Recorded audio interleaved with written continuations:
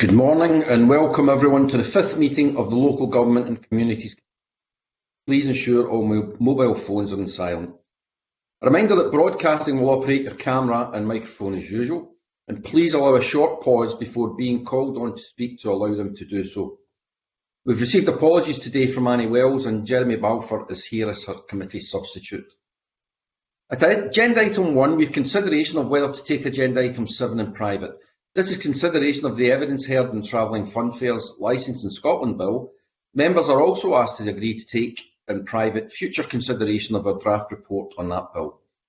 As we're meeting remotely, rather than asking whether everyone agrees, I will instead ask if anyone objects. If there is silence, I will assume you are content. Does anyone object? Okay, thank you very much. Then that is agreed.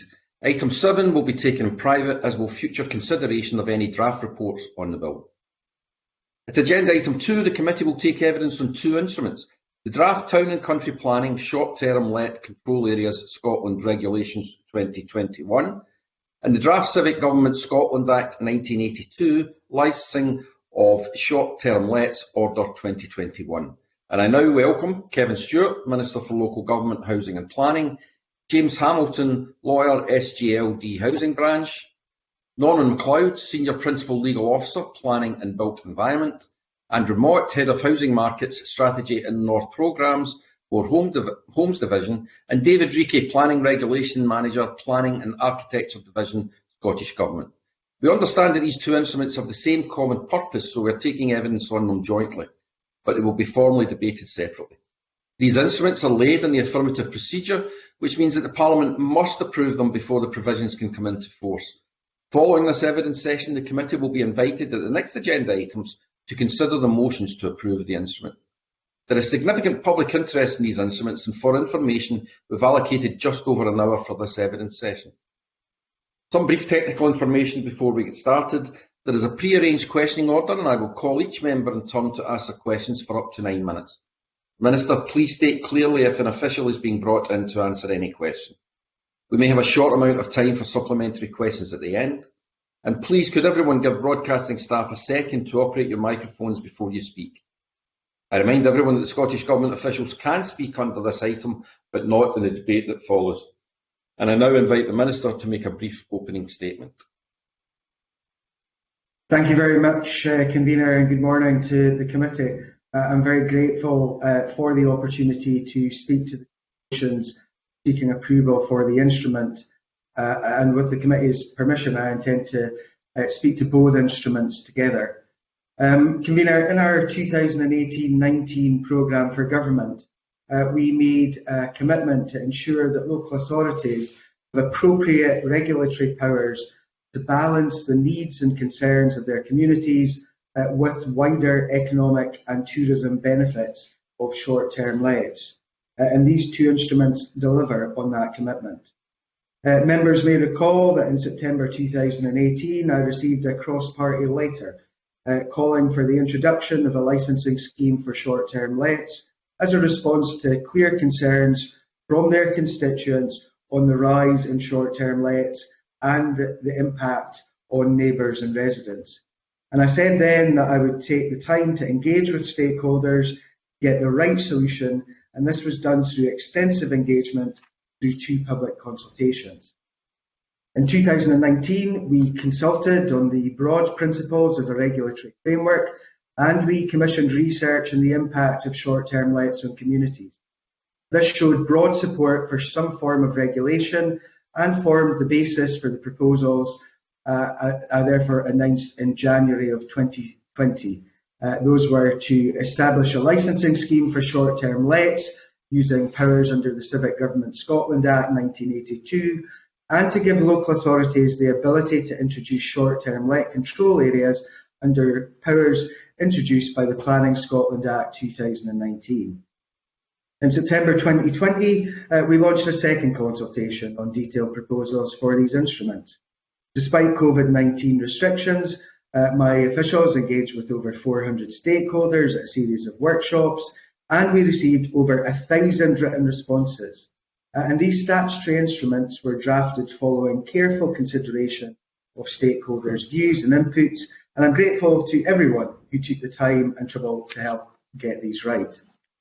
I've appreciated the support throughout this process and for the proposed legislation from MSPs and of course members of the public who have been the main force behind wanting to see legislation catch up with the rise in home sharing platforms and how we now book our tourism or business stays.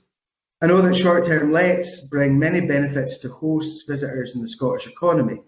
They are an important source of flexible and responsive accommodation for tourists and workers. However, they have also caused issues for local communities that need to be addressed, and this legislation is about ensuring that balance and acting on behalf of the people of Scotland.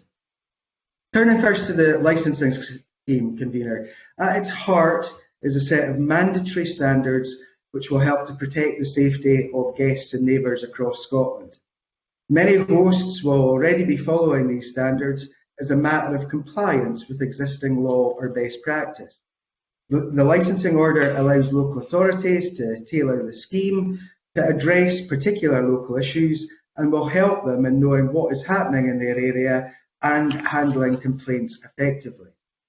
I understand that COVID-19 has had a devastating impact on the tourism sector, and we have listened carefully to concerns raised by business and tourism representatives who called for us to delay our proposal.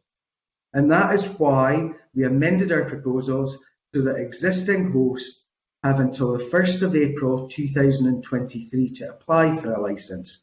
This gives them over 2 years to get ready. We need to put this legislation in place now so that councils can get their licensing schemes ready. Many local residents and communities are keen to see progress on this issue, and today provides the opportunity for us to make sure that happens. We are not placing additional requirements on hosts in the midst of a COVID-19 pandemic. I want to see a strong recovery of responsible, sustainable tourism in Scotland, and we are planning for that recovery. Turning to the control area regulation, this instrument gives effect to powers in the Planning Scotland Act 2019 for local authorities to introduce control areas. Control areas will help manage high concentrations of secondary letting where it affects the availability of residential housing or the character of a neighbourhood. They will help to restrict or prevent short-term lets in places or types of building where it is not considered appropriate. This will help local authorities ensure that homes are used to best effect in their areas. Finally, we'll continue to work with and listen to stakeholders. We have established a working group made up of local authority and industry representatives to develop guidance on the licensing scheme and control areas that is clear, comprehensive and easy to understand. I know that the committee has heard concerns from a range of operators about the impact of the licensing scheme on them, in particular on the impact of what some have described as traditional bed and breakfasts. In recognition of these concerns and the important role played by these businesses to both their local economy and the national economy, I have asked that the working group actively explore solutions to these issues with a view to identifying any changes to the legislation that may be needed. And we will, as always, Convener, monitor and evaluate the impact of the legislation to ensure that it is effective and targeted. We are prepared to make adjustments in the next Parliament if that is necessary. And I believe that our proposals take a robust but proportionate approach to the regulation of short-term lets and are right for Scottish circumstances. Therefore, I would ask the committee to support the motions today. Thank you, Convener. Thank you very much, Minister. And I'll just kick off the questions by asking, I appreciate the latter part of your response there, but you're right, we have been inundated by people from the industry, bed and breakfast, short-term lets industry, that this could be very damaging for them. Given that this is in the main, a kind of geographical problem, and it could possibly have a wide impact on the tourist economy. How do you see this working group getting past that when they start to look at the problems there? Well, I think the working group should, of course, take cognizance of the variations that there are in different parts of the country. And I think that local authorities, in terms of establishing their licensing schemes, will do so as well. It's in the interest of councillors to ensure that the decisions that they make around about the setup of their licensing regime takes account of the circumstances in their particular area. And that's why, Convener, we have been flexible in terms of these regulations. And while the health and safety applications will apply throughout the country, and I think that's only right, because we all want to see an industry where health and safety is applied. And, you know, there have been arguments about levelling the playing field here, and, you know, health and safety is paramount. That will happen everywhere.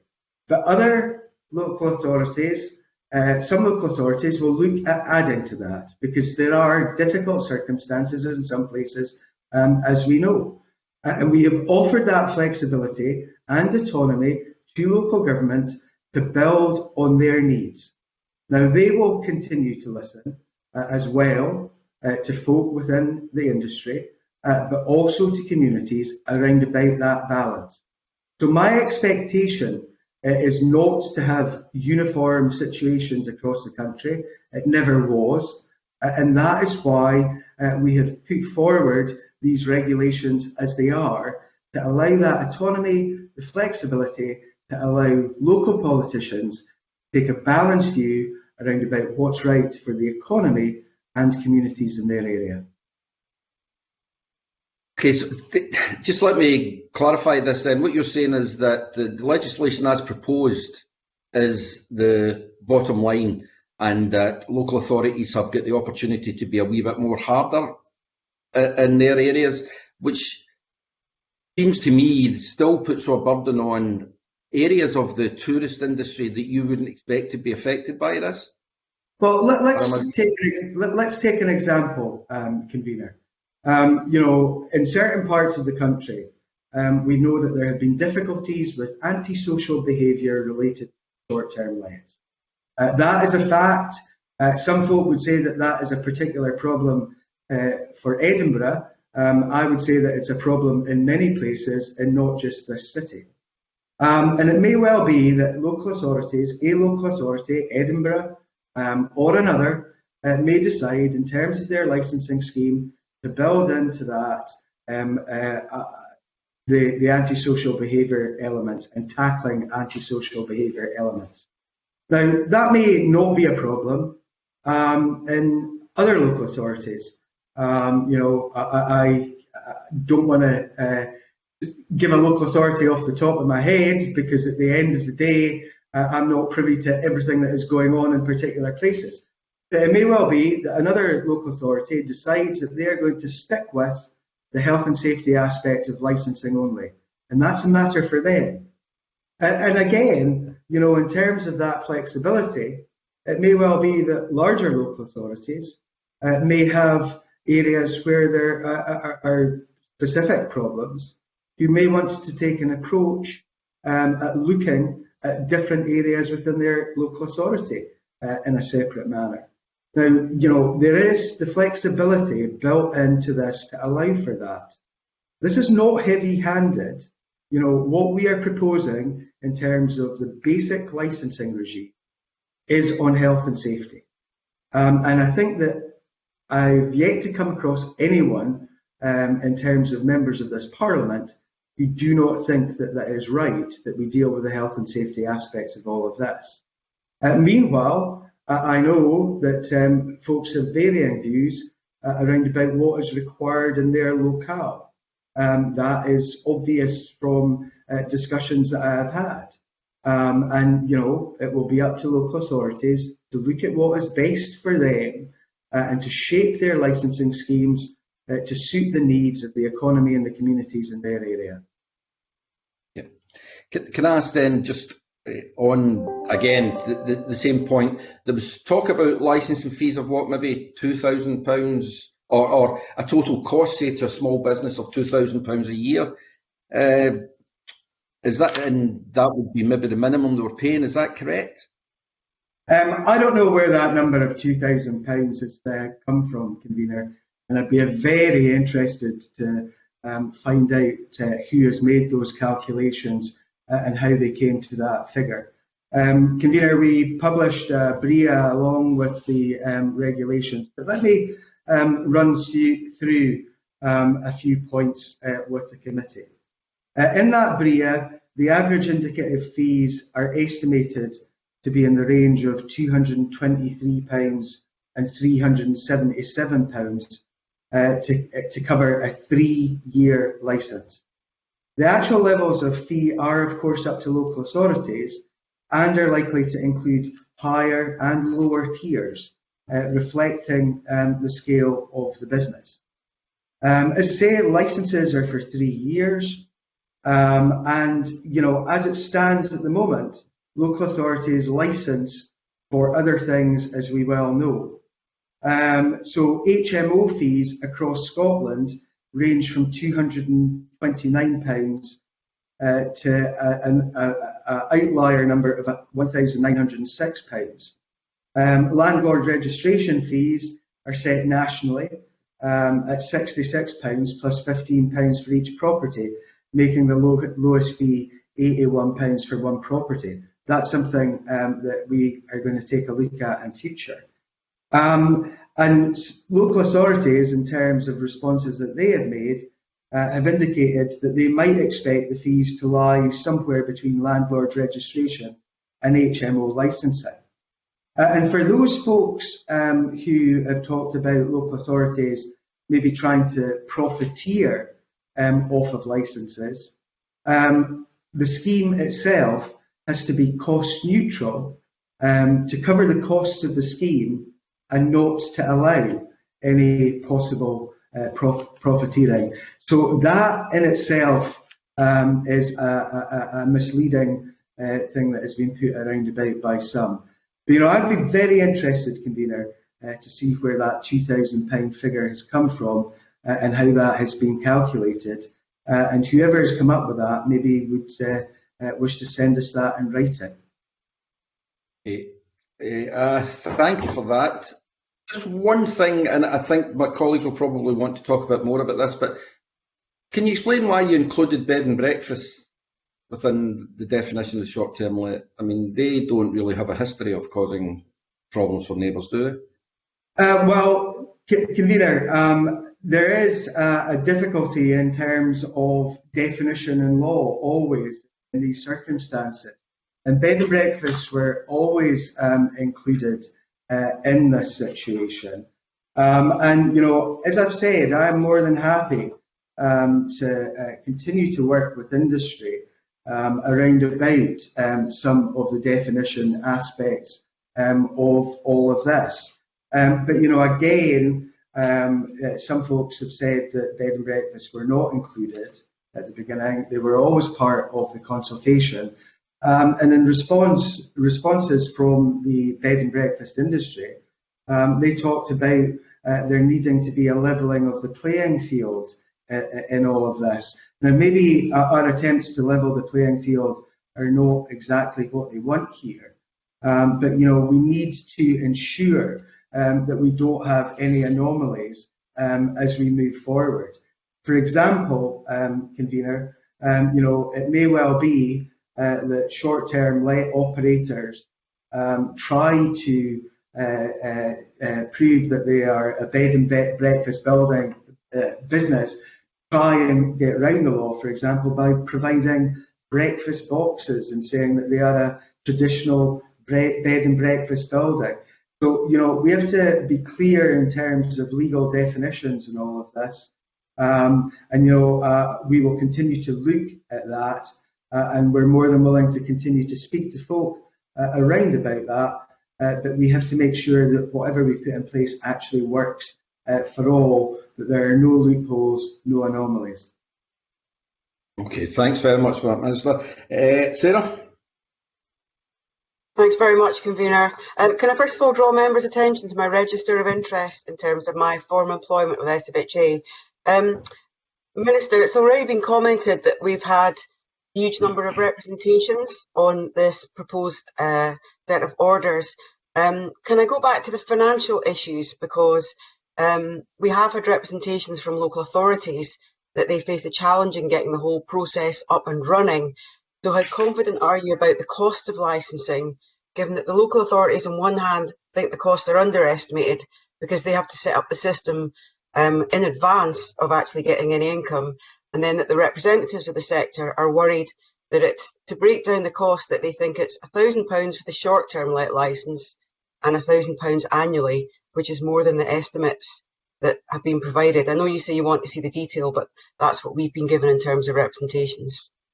Well, Convener, in terms of our BRIA, we consulted with local authorities around about that, and I think our BRIA gives a fairly robust estimate of what is likely here. Ms Boyack mentions the establishment of a new licensing regime. This is not new for local authorities. While I was an elected member, we brought into play HMO licensing, for example. Again, all of that is cost neutral. The establishment of the scheme and the costs of running those schemes has been paid for by the fees. Now, it is not an unusual set of circumstances for local authorities to establish and then charge fees on a cost-neutral basis to deal with licensing aspects. Now, I would say, once again, there may be disputes around about our BRIA calculations, but we have consulted on them. And if anybody thinks that those are not right, and that our calculations are wrong, then I would like to see their calculations on how they have come up with the figures that they have. And beyond that, you said in your question, somebody has stated, and probably more than one, that they would be paying £1,000 one year and then £1,000 the next year. As I stated in my previous answer to the convener, what we're talking about here is a 3-year licensing scheme.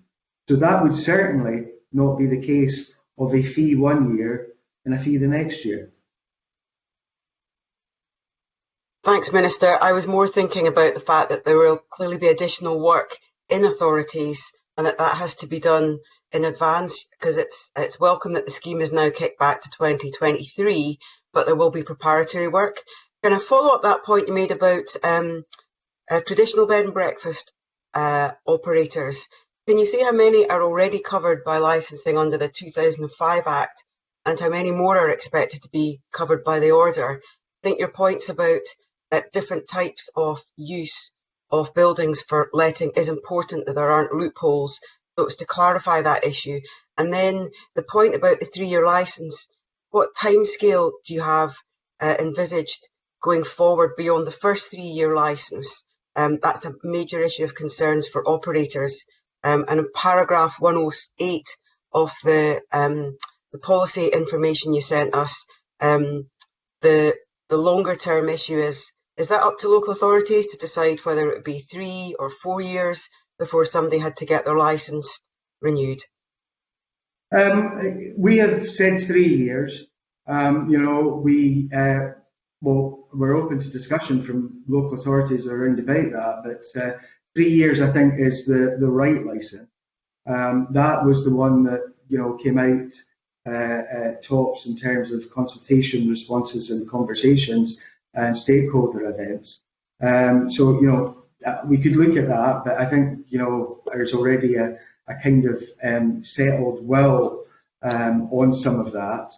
In terms of the breakdown of bed and breakfasts, guest houses that are covered by licensing regimes already, planning regimes already, and others who are not. I do not have those numbers at my disposal, Ms Boyack. I wonder if we could maybe bring in Andrew Mott, who maybe has some of those numbers at his fingertips. I think it unlikely, but Mr Mott, please. Thank you, Minister. Yes, I don't actually have those numbers. We can certainly take an action to get that information. In terms of the provision in the licensing order around license periods and renewals, so the order itself allows the initial license period to be up to 3 years. We'll obviously be working with local authorities and hosts, etc., through the working group on that. But then after that, the renewal period is not constrained. So local authorities may take a view that they're quite happy to set quite a long renewal period for operators where there aren't any issues or problems arising.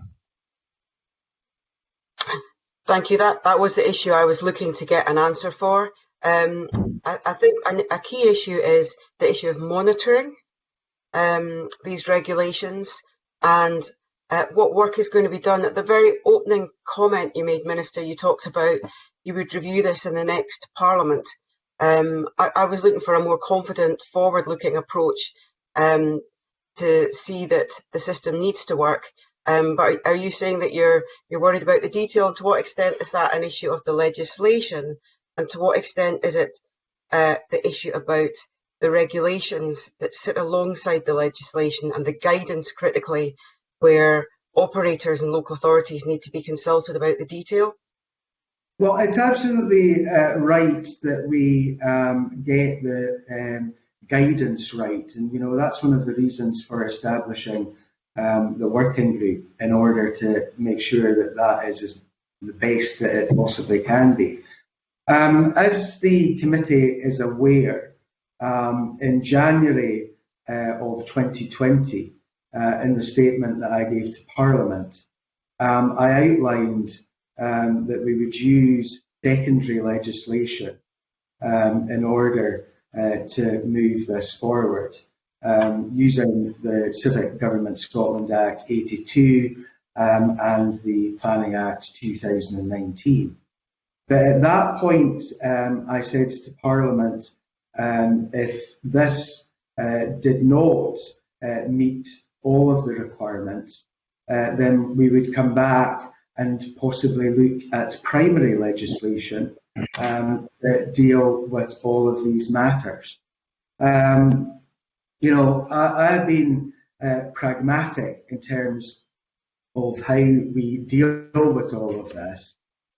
I know that many communities in particular wanted a fast response to this, and that's why we use secondary legislation in order to get this absolutely right. But as every good government should, even though I am confident that what we are doing here in terms of secondary legislation is the right thing to balance the needs between the economy and communities, we will continue to monitor to make sure that there are no unintended consequences to all of this. And that's why as well that we will spend time in dealing with the guidance so that we do our level best to get the best possible outcome for all here. Thank you. Keith, sorry, Sarah. Alexander, sorry. Thank you, Convener. Good morning, Minister. You said in your opening statement, Minister, that you want to see a strong recovery. You also talked about this not being heavy-handed. But in the information we've received and the respondents that have come through, many of them believe that this is exactly what you're not intending. It is heavy-handed, and some even calling it a sledgehammer to crack a nut. Now, we already know that you've given exemptions to hotels, boarding houses, guest houses, hostels, etc., and they fall under the users code number 7, where bed and breakfast, the majority of them fall under user code 9. And as far as I can see, that is going to have a massive impact on that industry and on that sector. And that's what they've told us. You've indicated also today that there may need to be changes. The working group may need to make changes, you said, and may need to adapt things in the next Parliament. So, Minister, you must be then suggesting that you think you've got this wrong if you believe that there will have to be some adaptations and some changes that will be put in the next Parliament. Convener, we've spent a lot of time in looking at all of these issues, more so than we have done with many other things that we deal with in order to get this right. We have had 2 consultations on this issue. I conducted independent analysis of the impacts that are caused by the short-term lighting industry. And, you know, I think there would be very few members who have not had complaints crossing their desk around about these issues. It is absolutely essential that we balance the needs of the economy with the rights of communities here. Absolutely essential that we do so. And that's why we've taken the time in order to get that right. And that's why we have listened as well, because industry has rightly said that bringing these measures into play at this moment during the course of the COVID-19 pandemic would not be beneficial, and that the industry has enough on its plate at this moment. And we have listened to that, and that's why you know, much of this doesn't come into play until the 1st of April 2023. And you know, it would be an unwise minister who would say directly that they are not going to keep an eye on possible unintended consequences of any legislation. This committee knows me well, and you know, I have said to this committee on numerous occasions on numerous issues that we will continue to monitor impacts, and we will do that, and we will continue to listen to people as well in terms of the establishment of the guidance, which is absolutely key to the delivery of all of this. So, you know, if I was to stand or sit here today and say to this committee that we are always 100% right on everything that we do in terms of regulation and legislation, I'm sure members would have something to say. So, as I said in January, and as I'm repeating today, you know, we've brought this forward, but we'll continue to monitor in order to get that balance right for businesses and for communities. Thank you, Minister. Can I also then take on board the issue with local authorities themselves? So what assurances can you provide to local authorities and planning and licensing departments that they have the resources, that they have the staff that can effectively manage this system? Because we're certainly hearing at the moment that they would be under immense pressure. They are under immense pressure because of the pandemic, and they are trying to manage many other issues within their locations. But this would add an extra burden onto them. So can you tell me what assurances you've had that the local authorities can and will be able to staff and resource these? In terms of the responses that we have had from local authorities, and quoting a figure off the top of my head here, Convener, which I may come back and change at a point. I think it's 23 responses that we have had. 5 local authorities have, in their responses, talked about the financing of regimes. 18 have not. But Mr Stewart, like myself, is a former councillor. He would have been a councillor at the time that the new legislation, new regulations came in around about houses of multiple occupation. Local authorities got on with it. Local authorities are used to establishing and running licensing regimes that are cost neutral. That is what they do. Again, there is the possibility of discussion at the working group around about some aspects of this. But my expectation, if I was still a councillor, would be that we would establish a scheme which was cost neutral. And beyond that, I would say as well that many local authorities, or at least a few local authorities, have already been thinking about this, and work has already started in terms of how they would go about actually dealing with this regulation. So, I recognise that some folks who don't want to see something happen, and I understand why some folk don't want change here, will paint the grimmest of pictures around about some aspects of this. But I don't envisage the establishment and the running of a licensing scheme to be overly onerous, because local authorities do it already in many spheres of business. And my final question, can I ask about the control areas, Minister? What criteria will Scottish ministers use in deciding whether to grant or refuse approval for a short-term let control area?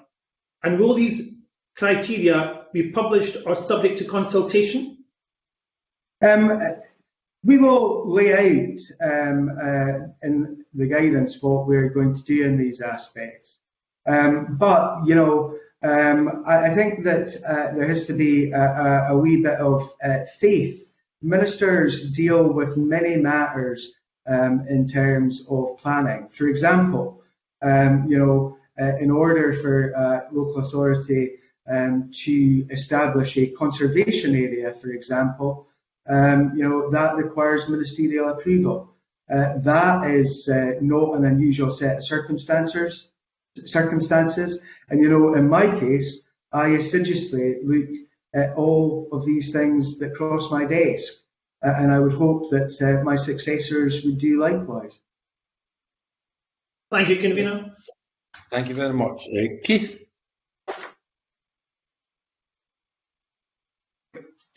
Just to go back to the point about the responses that the consultation has provoked, I think it's probably fair to say that some of the concerns relate to the fact that places out with Edinburgh, which I know has been a main driver for this legislation, feel that it may not be relevant, appropriate, or what they want to see. And they feel it's a bit hanging over their head in future, even if local authorities don't immediately move to impose a regime. I just wonder if the Minister can give those places and those individuals some reassurance that there wouldn't be a needless move to this, where there's not a perceived need for it by perhaps a local authority being, overeager. And also if he can say anything about where he feels the most pressure out with of Edinburgh there is likely to be for this kind of regime to be put in place.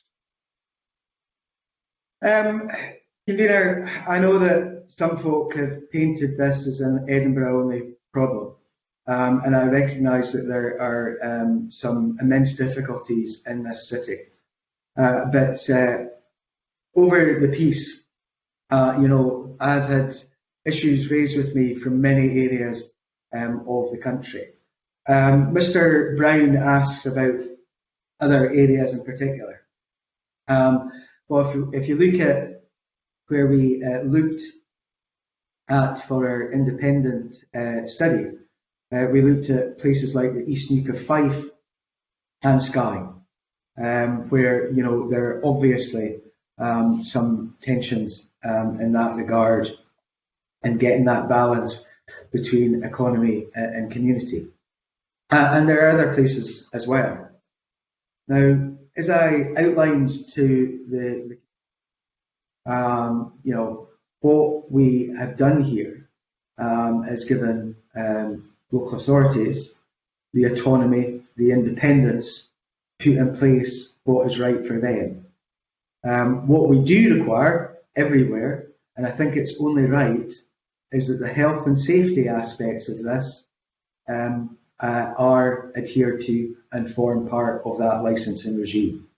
But in terms of the build on to that basic licensing regime, that's a matter for local authorities themselves to make decisions on. Now, it's difficult for me to name individual local authorities here because I don't want to be seen as to be pushing them to one position or another, because they have to make the decisions that are right for them. But there are other local authorities other than Edinburgh, for example, that have had problems with antisocial behaviour. Now, they may want to add that aspect into the licensing regime, and they should be free to do so.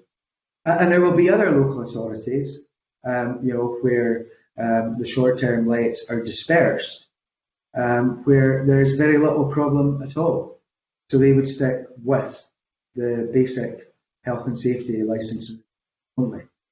So, I think that I certainly have faith in elected members at a local level, of which I know Mr. Brown was one too, in making decisions around about what is right for their own patches, and to get that balance right between community need and the needs of the economy in their particular area.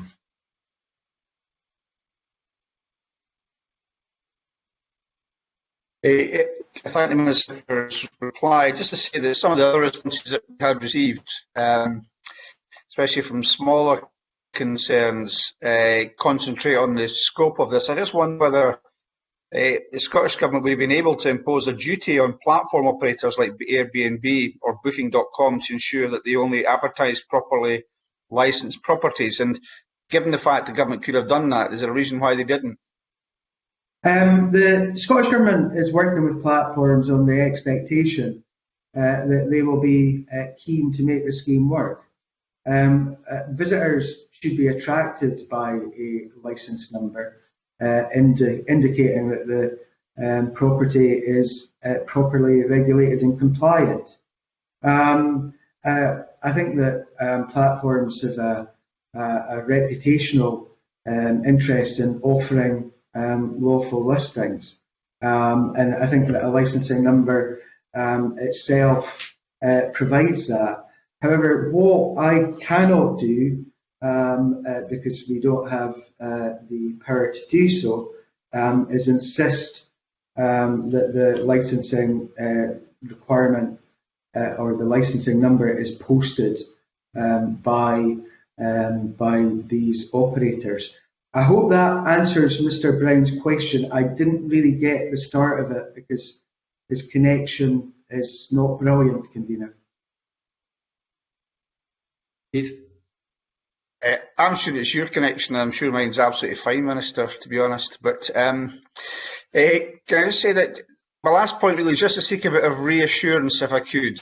I think the Minister's absolutely right to say, you're trying to land a new system here, and you really need to review it once you've done that to make sure you've got the balance of interests right. Just to seek some reassurance that when he looks at those balance of interests, he'll take into account at least the three which I can think of. One is the concerns of industry, especially smaller operators, that it doesn't unduly affect their ability to recover from the pandemic. Another is, of course, of those badly affected by short-term lets. We mentioned Edinburgh, but in other areas as well. And the third area is for local government. If this becomes a regime which I agree with the Minister, local authorities are well able to take on, if it becomes one which is more expensive than they're able to recover their funds, will the government also take that into account? Will it look at all the different interests when it reviews the way this has had an impact? Convener, I can assure Mr Brown in all three of those issues. It is absolutely vital that we do our utmost in terms of ensuring economic recovery and sustainable tourism here in Scotland. And that's one of the reasons why, in light of concerns that, the regime itself will not come into play for existing operators till the 1st of April 2023. And obviously, in all that the government is doing at this moment, we are keeping very close tabs on what is happening in terms of the public health emergency that we are facing and the impacts that it's having. So yes, on point one. On point two, we must continue to listen to communities around about the impacts that they have experienced. I have met with folks during the course of the events that we have held whose lives have been severely impacted by short-term lets and irresponsible owners. Now, I know that these folks are in the minority. I know that the irresponsible folks are in the minority. But it would be a swerving our duty if we were not to act on all of this. So we must continue to ensure that we are doing our level best for the communities too. And on his third point, around about local government, we'll continue to engage with local government around about not only this licensing regime, but all of the others that are in operation at this moment in time, as every good government would. My experience in local government is probably not dissimilar to Mr Brown's in regards of some of the regimes, and I can't remember the dates that Mr Brown was in local government, but it is not unusual for local authorities to establish licensing regimes, and it is not unusual for government to continue to engage to make sure that those regimes are acting as was originally envisaged. So yes to all three. Okay, thank you very much. Thank you, Keith. Andy? Thank you. Thank you, Convener, and good morning, Minister. Good morning. In relationship to the planning regulation, first of all, you said in remarks earlier that you want to allow local government to have autonomy. And in response to Keith Brown's question there, you just said, I have faith in local councils' ability to decide what's best for their area. I paraphrase. Why then did you decide that ministerial consent should be required before a control area can be designated? Convener, this is not an unusual set of circumstances. As I've said previously, in terms of establishments of specific areas, it is not unusual for ministers to take an overview and make the decision. I mentioned in my earlier answer, for example, that is used in terms of designation of conservation areas. And I don't think that that's a real impediment at all, and it's not unusual. Okay, thanks very much. You do indeed say in your 2020 consultation that in para 5.14 that the conservation area process requires some form of consultation not specified in legislation and notification to ministers for approval. But perhaps you can help me, because I read section 62 of the Planning, Listed Buildings and Conservation Areas Scotland Act 1997, which requires planning authorities to give notice to ministers of the designation of any part of their district as a conservation area. But nowhere can I see a requirement that ministers actually consent before that designation can have effect. Which legislative provision provides that ministers must consent and approve conservation areas? I don't have the legislation in front of me in terms of conservation areas at this moment, Convener. But in terms of my day-to-day business, even if there are small changes in conservation areas in terms of street furniture, etc., etc. That comes to me for me to cast an eye over. I will respond in more depth to Mr. Whiteman around about that once I've had a look at the legislation that he has in front of him, which I do not have. Okay, thanks very much. Moving on to the question that's been raised about bed and breakfasts. We have a letter to the committee just came in last night from David Weston, the chairman of the Scottish Bed and Breakfast Association. He refutes the assertion made in your letter to this committee that I think you sent earlier this week. Under item 4, you said B&Bs have always been excluded. The 2019 consultation paper proposed excluding, and I quote, licensed hotels and B&Bs and self-catering properties on the premises. So do you understand that many people did in fact understand that bed and breakfasts were never to be incorporated into these regulations? I don't, but you know, I think we're going to have to agree to disagree on some of this. I think, you know, a number of questions have been thrown up by the association itself over the piece in terms of designation. You know, in terms of an article that was written for Direct Line by Mr. Weston, the question was put, what is the difference between a B&B, guest house and hotel? And he responded, one of the biggest questions those in the accommodation hospitality industry ask is how to differentiate between a B&B, a guest house and a hotel. You know, I think that you know, there are difficulties there, but you know, B&Bs were always included in all of this. So you know, and again, I would go back to my point that I made to Alexander Stewart.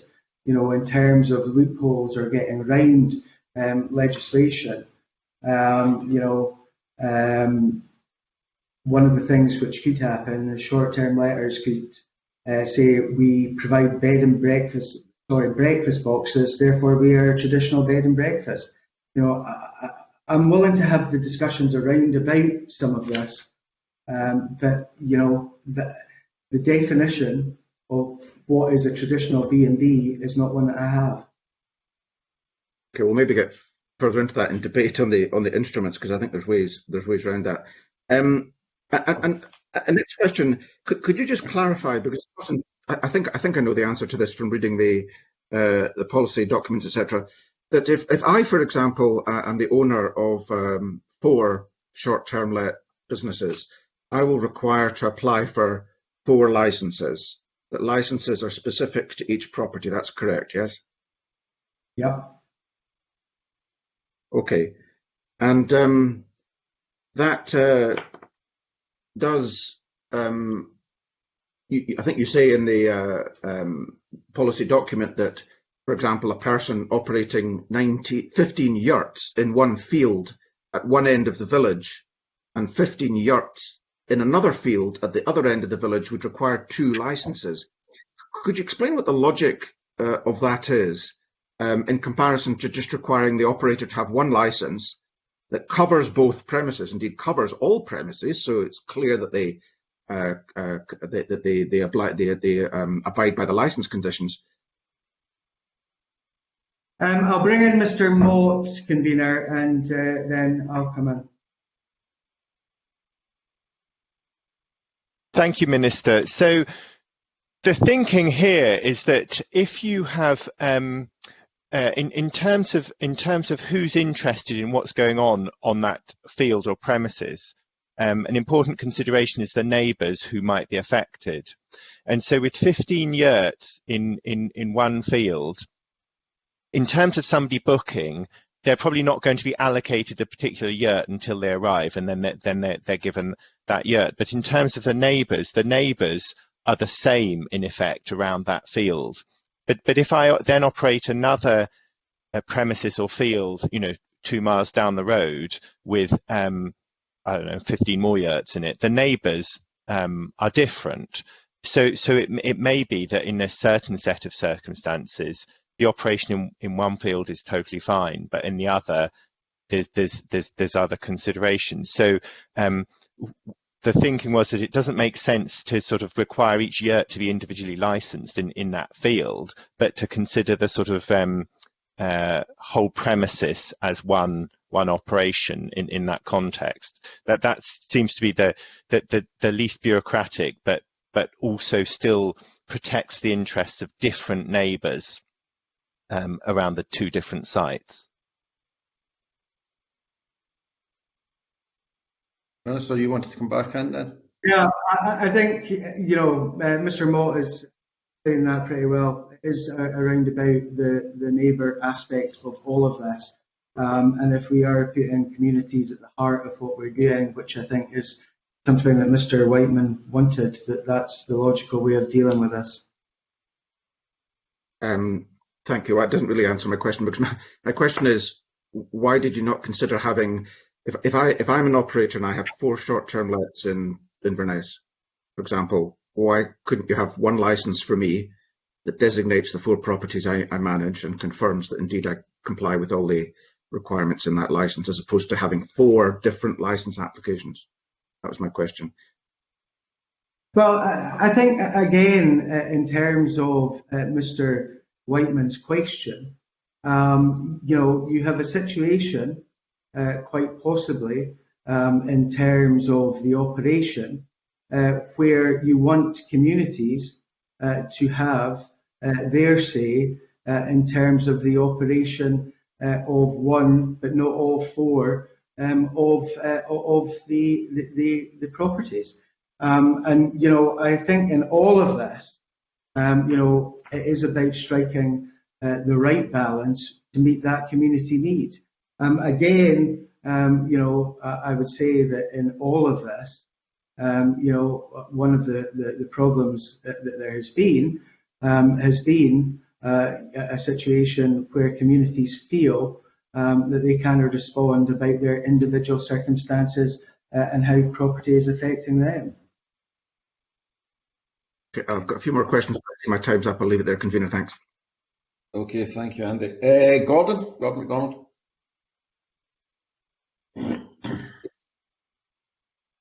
Minister, it's been estimated in Edinburgh that there are 8,000 short-term let properties, and less than 100 of them have applied for planning permission to operate as a commercial business. So my question is, what powers will local authorities have to ensure compliance with the new planning and licensing regime? Convener, Edinburgh has already been using some of the powers that they hold in terms of tackling some short-term lets using planning legislation. But this will give them a greater ability to tackle those folks who are not compliant. I think that in all that we have done here, we have spoken with Edinburgh and with other local authorities around about shaping what is right in terms of the regulation. We will continue to do so in terms of the shaping of the guidance. And beyond that, that it will then be up to Edinburgh to shape the regimes that work for them, for the businesses in the city, and for the communities here in Aldreaty. But there won't be any new enforcement powers, because currently Edinburgh City Council is having to take owners to court, which you'll be aware is an expensive business. And I'm just wondering if you looked at the aspect of giving local government more powers to enforce the licensing regime. Because if you've got... We are going to have powers here in terms of both regimes. If we can maybe bring in at the moment Norman McLeod, please, convener, around about current planning situations, and then I'll add to that, please.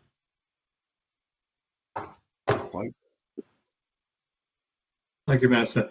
The current planning position in terms of enforcement is relatively straightforward in principle, in any event. Change of use, material change of use requires planning permission. If you don't have planning permission for it, then the local authority can serve enforcement notices against you. And if you disagree with that, you can appeal it to ministers. And if you lose on appeal, you need to revert to your previous use, or you risk being found liable in criminal offences. So the existing planning regime applies to existing breaches of planning control. I mean, I accept what you've just said, Mr McLeod, but the reality is there are 8,000 premises in Edinburgh and only 100 or less than 100 have applied for that planning permission. So there seems to be very little enforcement. I'll let Mr. come back in again around about material change, and then I'll come in, convener. Well, I think I have no knowledge about the factual position, but the law is simply that if there has been a material change of use, it would be the case that in terms of planning enforcement, there's a 10-year period in which the local authority can take action against an owner for having materially changed use of property without having got planning permission. So it's a matter for the local authority to decide what they want to do. Okay, thank you.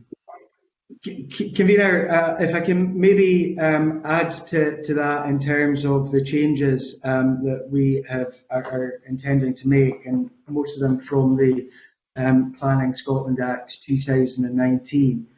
Because at stage 3 we brought in the provisions for allowing planning authorities to designate all or part of their areas as short-term let control areas, which adds in terms of their abilities to control such areas. And as has already been said to Mr. Whiteman, we'll consider any proposals on short-term let areas on a case-by-case basis, taking into account the evidence provided by planning authorities. And, you know, again, it's important to stress that each of these considerations will be pertinent to what is going on in different areas. And of course, local authorities would consult on all of that. That adds to the mix of powers that local authorities have in all of this, and it bolsters the planning aspect of this, planning and enforcement aspect of this, if local authorities choose to use that.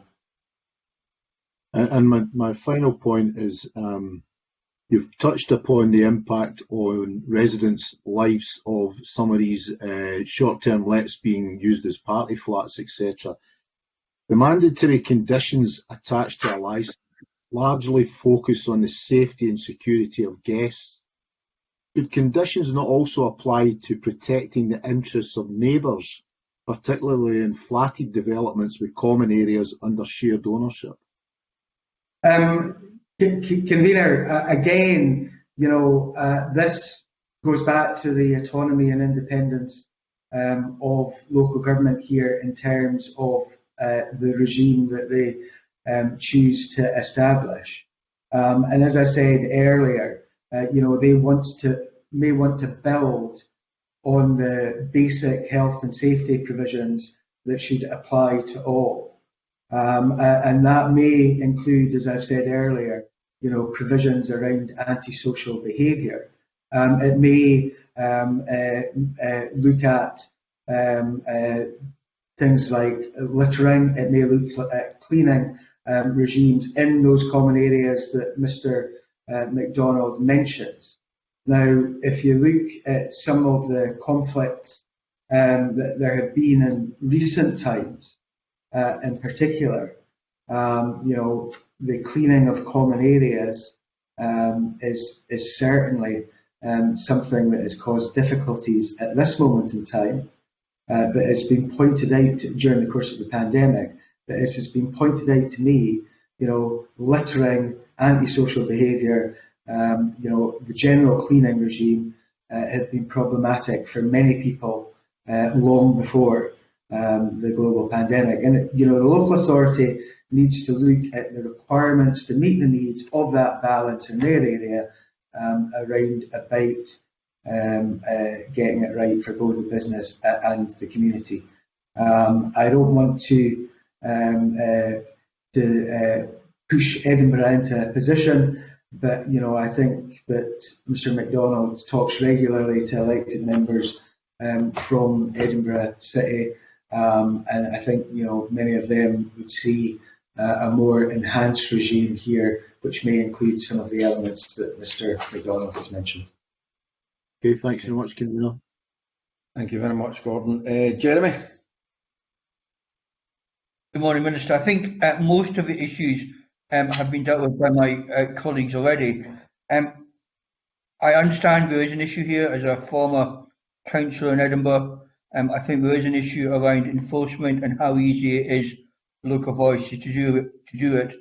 But that's maybe for another day.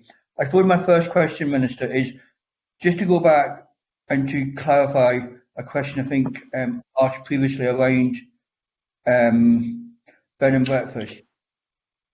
Would you agree that in the consultation of 2019, bed and breakfast were excluded and were not included? We may want to have an argument beyond that, but the consultation that went out initially excluded bed and breakfast. No, we're looking at all short-term lets, which are not classified as guest houses, hotels, and the others that are outlined. And I know that there is dispute around about this, but I keep pointing out the scenario around about if we had excluded all of that in terms of consultation, then there would have been an easy way out in terms of some of the non-traditional short-term letters in terms of classifying themselves as a bed and breakfast by doing things like putting in a breakfast box and saying, we are a bed and breakfast, we are not a short-term letter, we are a bed and breakfast. Now, obviously, as I've explained, we will look at, in terms of discussions at the working group, around about how we can maybe further refine this. But, there is differences between what is classed as a guest house and what is classed as a bed and breakfast in terms of legislation already.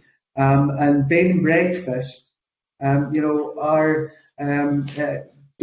fall into a category which have no classification at this moment, and are and that's why we consulted in terms of that, in terms of short-term lets. So we will look at all of this, but I don't agree with what Mr. Balfour is saying. And I would go back to my point in terms of both consultations, where Bed and Breakfast Association said that all of this was about levelling the playing field.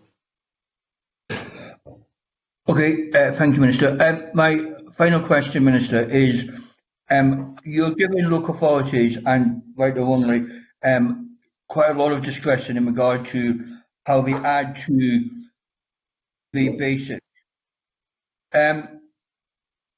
What safeguards are there if councils abuse this? If they go beyond what would be reasonable, can you call it in? Can you review the restrictions that are put on by a local authority, or have they got absolute carte blanche to do anything that they want once they've decided to go beyond just the basic requirements? They will have autonomy as long as they stick to the guidance. And, you know, that's one of the reasons why it is so important that we get the guidance absolutely right here, and why we have brought folks together to take an overview of that. I mean, it's not complete and utter carte blanche. As always, the local authority will work within the guidance that is laid out. I have to say, you know, Mr. Balfour is also a former councillor. You know, councillors, I think, will look at all of this with the very best of intentions in terms of balancing the needs of the businesses in their areas and the communities that they serve. And, you know, I don't see why we should be so afraid of allowing local authorities to put in place schemes that meet the needs of the people and the businesses that they represent within that guidance.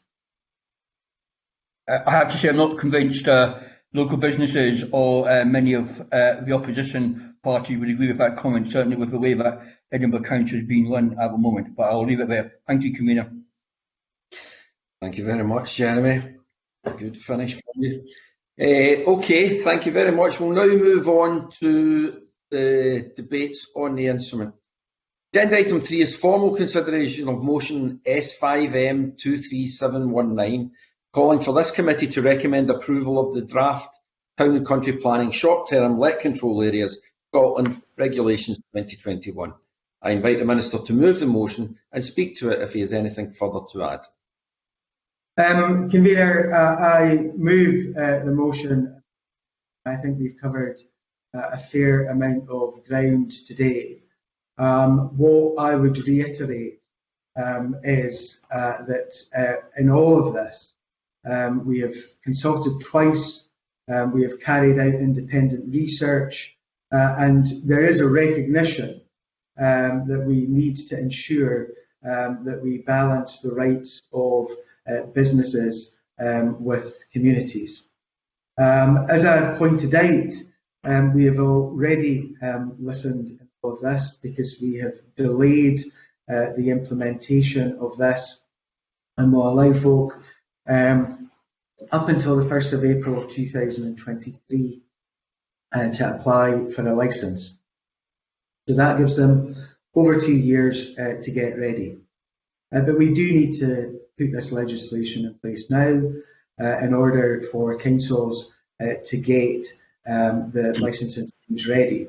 And I think that we also have to take cognizance that many communities have waited a fair while for action to be taken on this. And I think that while they recognise there are current difficulties with the pandemic, they want to see movement in all of this. So we are not placing additional requirements on hosts in the midst of this pandemic. And as I've said, I want to see a strong, sustainable tourism industry in Scotland, as I think we all want to see.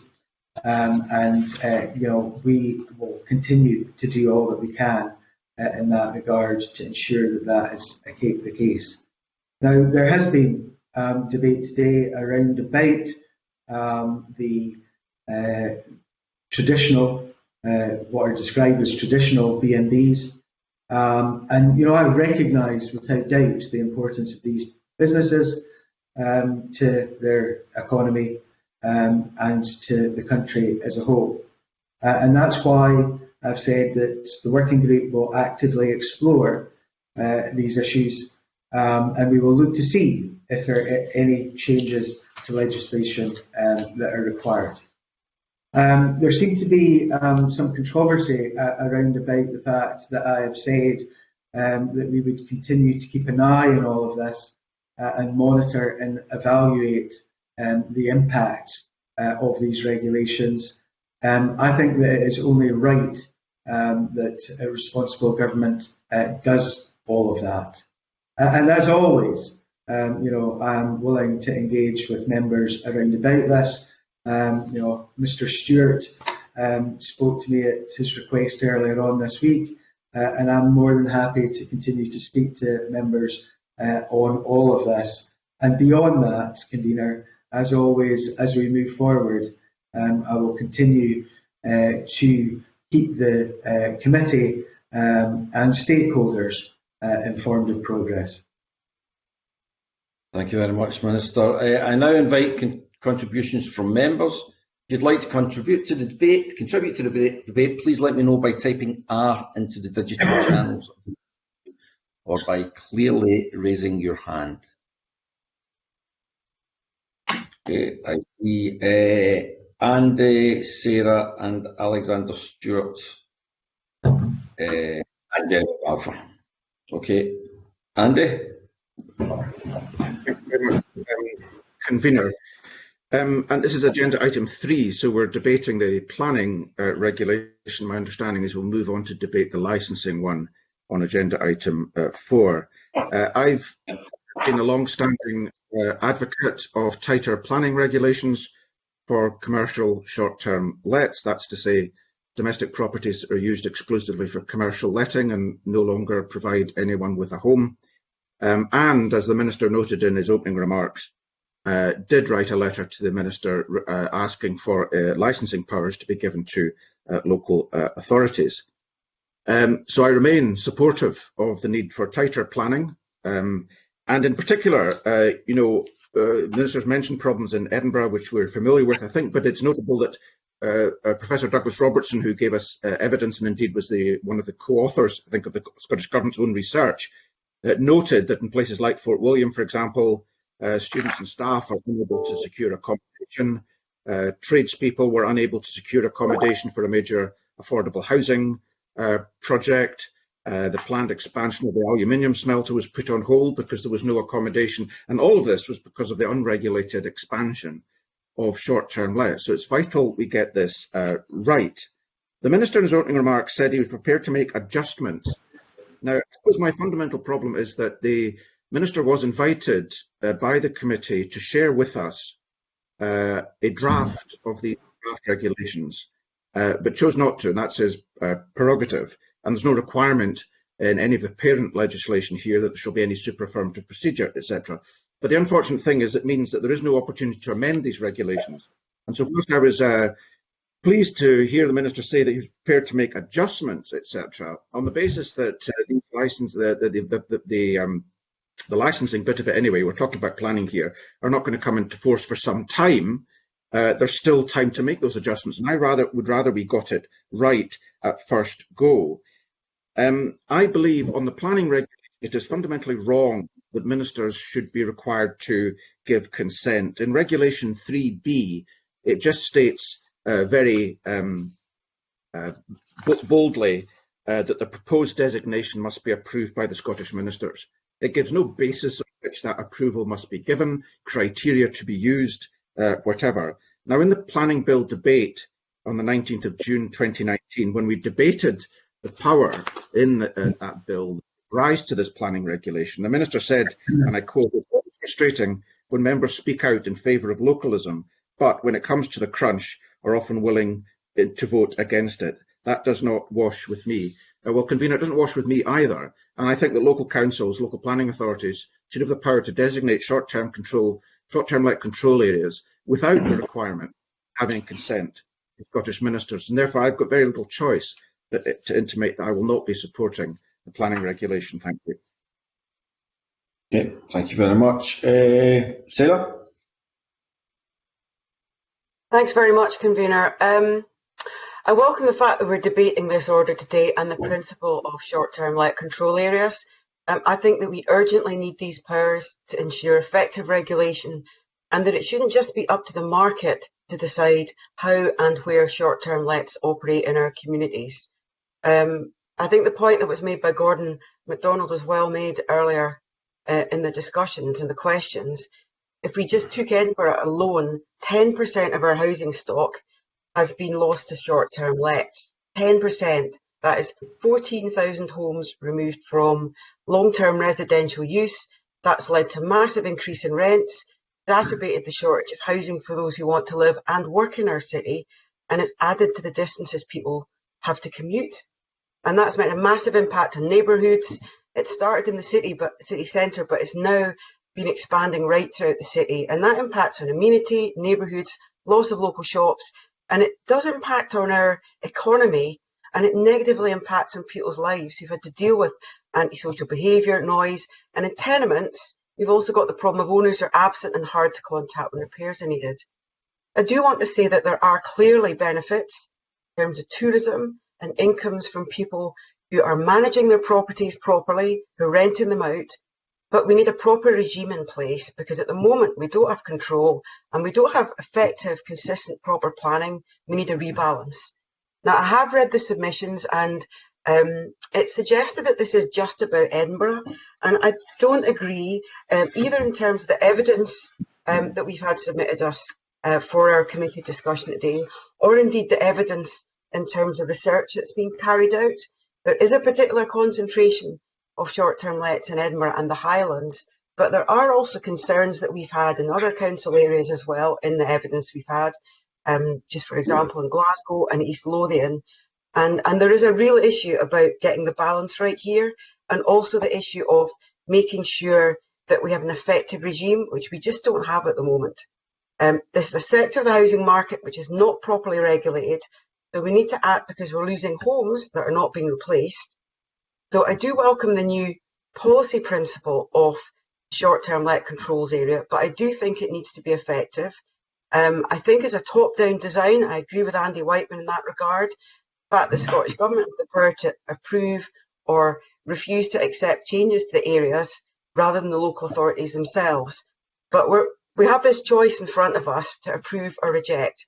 And I think it's possible to identify, the fact that it's possible to identify the whole of an area or hotspots is important, because I think that's a requirement for planning, and so you get proper consultation and consideration of the impact and whether a short-term let's appropriate in a local area. I do think there's a particular challenge in tenements and flats where there are ongoing issues of noise, impact on neighbours, and challenges of getting common repairs and maintenance. And I have also had over the last year constituents concerned about safety too during the pandemic. So there are clearly issues to be addressed.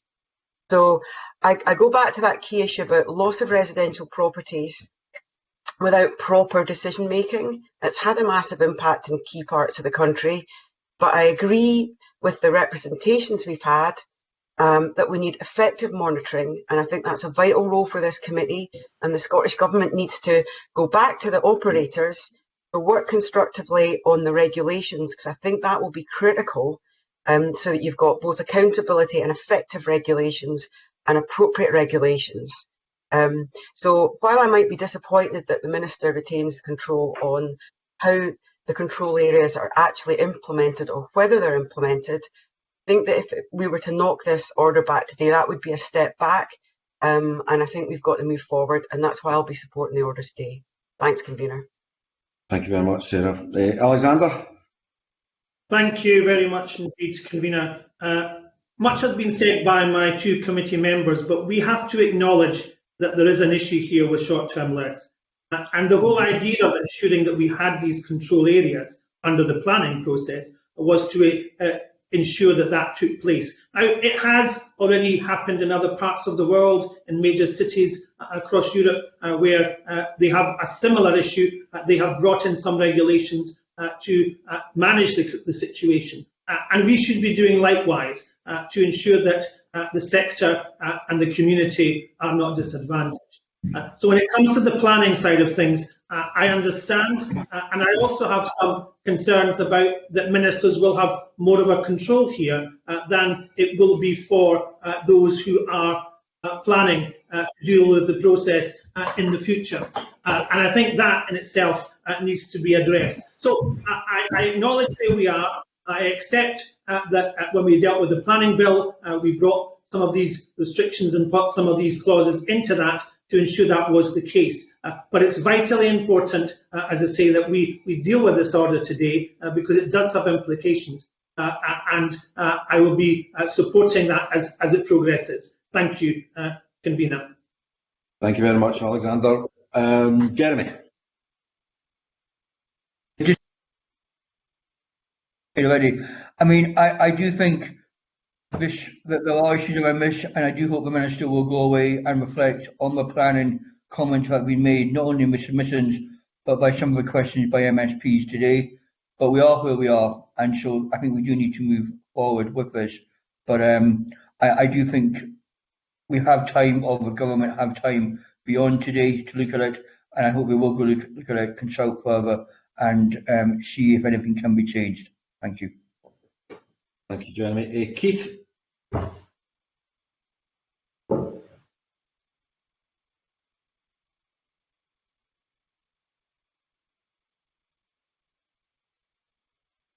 Keith.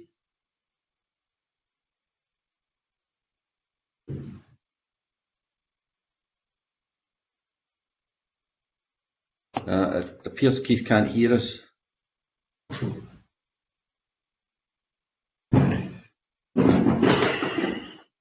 Okay.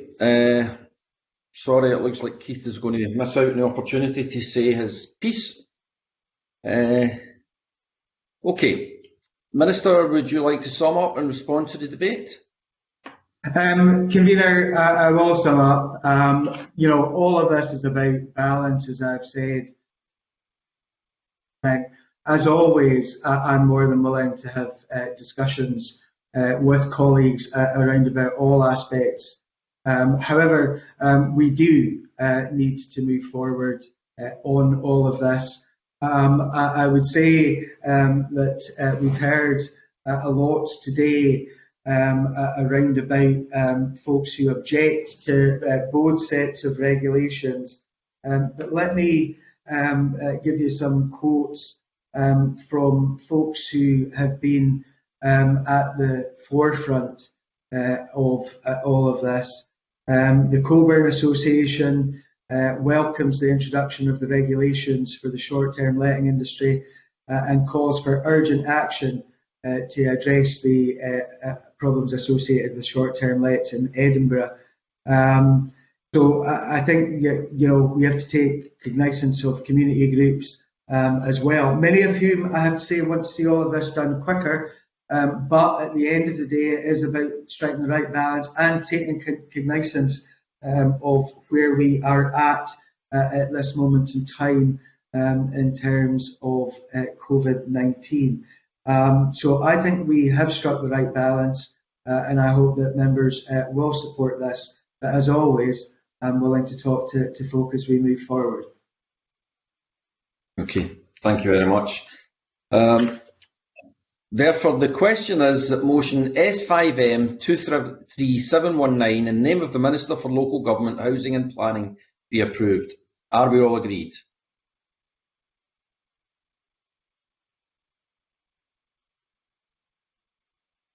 Okay, we are not all agreed, so we will move to a division. I'm going to do this by roll call, asking each of you individually to state yes, no or abstain, and I'll do it in alphabetical order, except for myself, who will come in last. So can I start by asking Sarah? Agree with the order. Thank you. Jeremy? Agree. Keith? Agree. Yeah. Gordon? Agree. Alexander? Agree. Andy? Not agree. And I agree. Therefore, the result is 6-1 in favour of the motion S5M 23719. Passed. Agenda item, I invite the committee to delegate authority to me as convener to approve a draft of the report for the publication. Is that okay? Thank you. Agenda item 4 is formal consideration of motion S5M 23718, calling for this committee to recommend approval of the draft Civic Government Scotland Act 1982 licensing of short-term lets order 2021. We have the one we have just taken evidence on. I invite the Minister to move the motion and speak to it if he has anything further to add. Minister? Convener, I move the motion in my name, and I think that we have had a good discussion around about all of this today, and I hope that members will support the regulation. Thank you very much. Invite contributions from members. Andy, I see an R. Does that suggest that you want to contribute?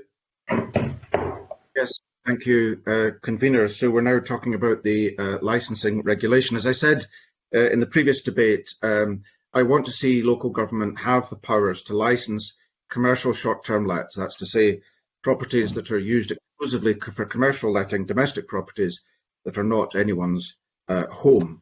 I also believe that there should be a light touch regulation licensing regime for home sharing as well.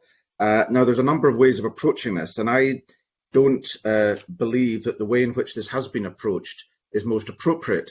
And again, we're faced with a choice here. Of course, we're not the final determiners as to whether these regulations become law. That will be up to Parliament, but we're here to make a recommendation to Parliament.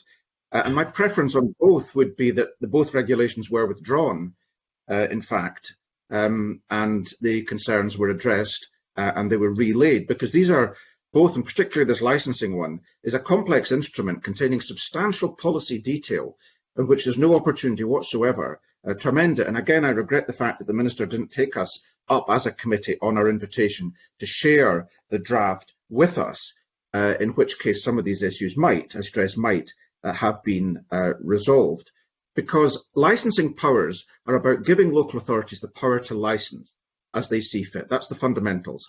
Now, I agree with the mandatory conditions that are set down in the licence and the flexibility that goes beyond them. But I would have much rather seen greater flexibility given to local authorities to license as they see fit.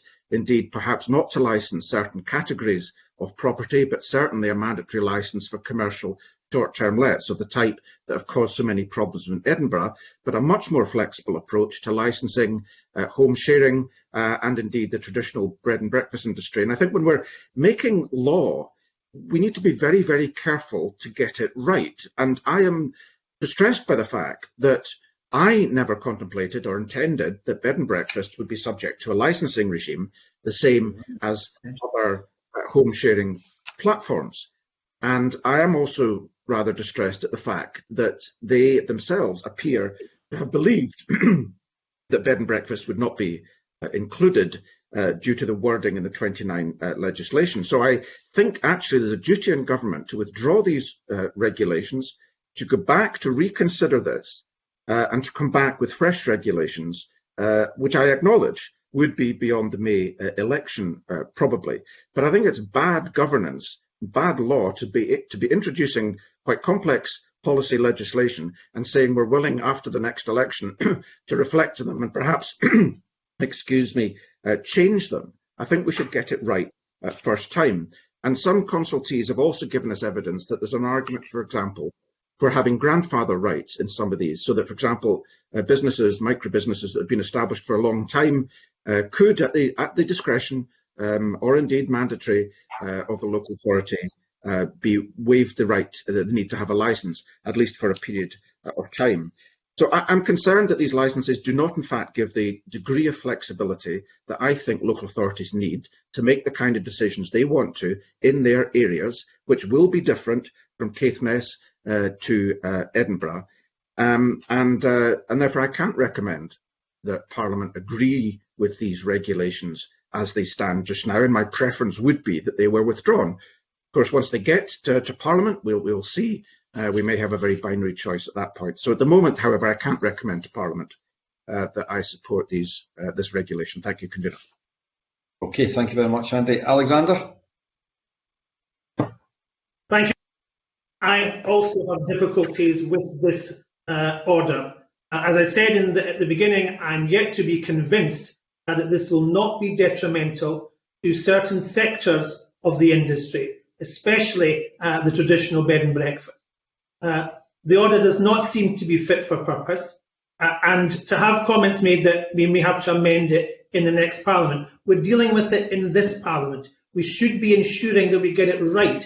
And if we're not getting it right, then it should be withdrawn, because law should not be put through that has a knock-on effect for many individuals and organisations the length and breadth of this country who did not see and did not believe that they were going to have to be curtailed within this whole process. So I, like Andy Whiteman, am uncomfortable about this whole process, and it could have been resolved if we'd had some discussion and dialogue as a committee beforehand. That didn't take place, and that is the Minister's prerogative, and I acknowledge that. But there has to be flexibility. There has to be an understanding that this does have consequences to the actions of this order, and that will be detrimental to the industry, detrimental to communities and the sector. So for these reasons, Convener, I will also not be agreeing and would prefer it to be withdrawn. Thank you. Thank you very much. Sarah, were you want to come in on this? Yes, please. Thank you, Convener. Yep. I want to start by saying that I have found this a very difficult issue, and I've probably spent longer than I can ever remember interrogating the evidence we've had and considering how the consultations process has been carried out and actually tracking through from the early stage of this whole consultation. And like colleagues on the committee, I wish we'd had more time, and I wish we'd had the capacity of being able to amend the order in front of us. I think that would have been a better way to deal with the issue. It's clear from the submissions we've had that there are major concerns and worries being expressed by the short-term let industry. And I think ministers need to address those concerns in a number of ways. So I'll be looking for some comments in his concluding remarks when the minister speaks to support his order being passed today. The design of the regulations, it seems to me they are absolutely critical, so that there is clarity, so that they're proportionate, and also that the costs and requirements are clarified, because the gap between what the Minister and his officials think in the BREA and what the short-term lets industry think is a huge gap, and I think that needs to be bottomed out. When I read the draft guidance on this set of proposals this autumn, I was in principle totally in favour, and then when I read the guidance, I thought it was incredibly prescriptive, very detailed, and I could see why this was going to be a challenge. And then before Christmas, I read the detail of the fire safety regulations that are going to be with us in less than a year, because they're going to have to be implemented by 1st of February next year. And that was one of the things that stood out for me. And I think there's a challenge on compliance, because it's a crossover between different types of short-term lets and crossovers to the traditional bed and breakfast model. So I think we need effective leadership from the Minister and his officials to work now with the sector to ensure that there's clarity on those issues.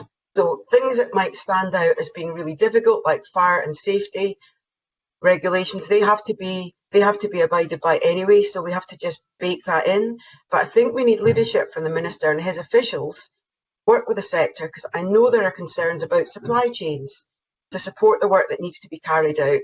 And even if we're looking at 2023 for the implementation of this, to be compliant, short-term letting owners and agents have to actually get that work started earlier.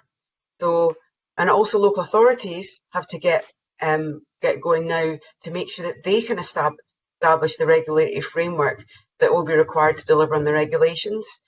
And the principle of licensing is good, but there's a lot of clearly specific issues that concern the sector that I think needs to be looked at by ministers and his colleagues. And it needs to be a proper working party that you're establishing with the industry. But I think the principles, on the other hand, of establishing safety standards to protect the householders, the owners of those properties and neighbouring properties, and of course those that are actually letting the properties, they need to be safeguarded as well. Now, one issue that's been raised that nobody's mentioned today is the concerns by many owners about energy performance certificates and the detail that is required for compliance there. Now, we discussed this in relation to housing generally at last week's committee. And again, I think you need clear and proportionate guidance, but you also need support to the sector. It's not just producing guidance.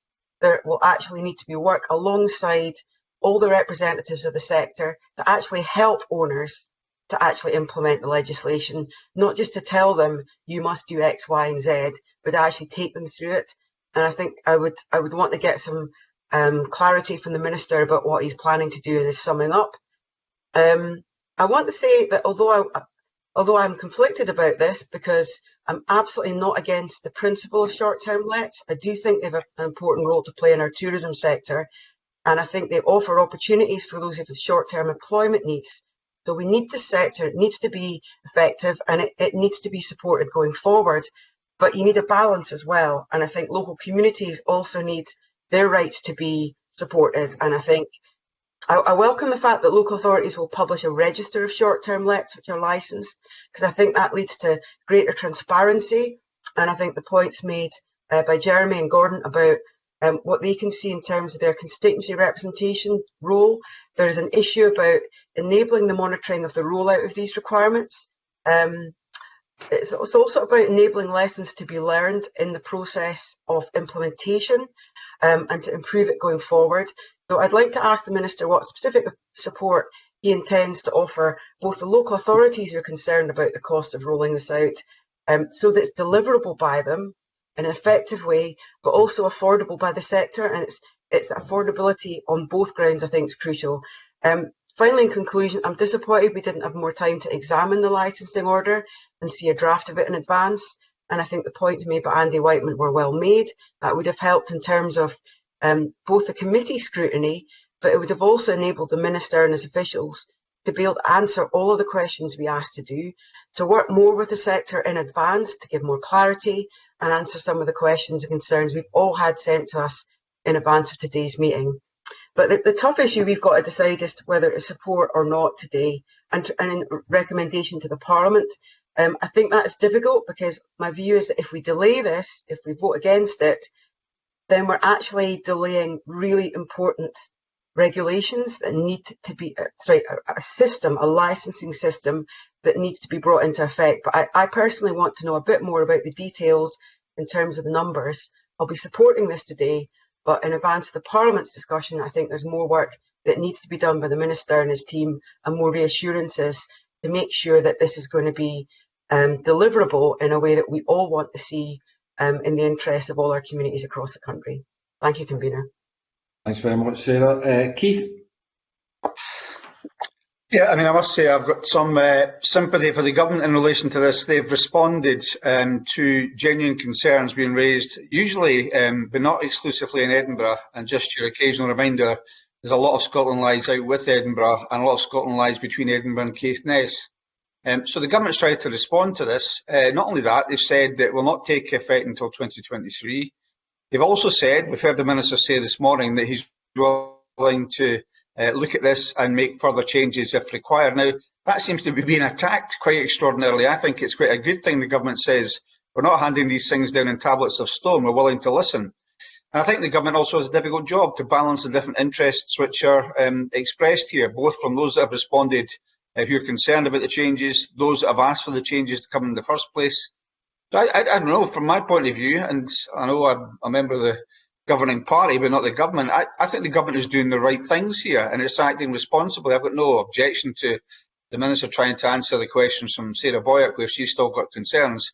But the fact is, for those voting against this today, I'm not sure how they'll explain that to their constituents, because certainly in the case of Edinburgh, which although I don't represent, is where I'm from, I know the concerns that there are there, and the government is taking action. So I think the government is doing the right thing, and it's also leaving the door open for further changes where that's required, and is also trying its best to balance the different interests which are here. So in that circumstance, I'm happy to vote for the measure. Thank you very much, Keith. And can I ask the Minister now to sum up and respond to the debate?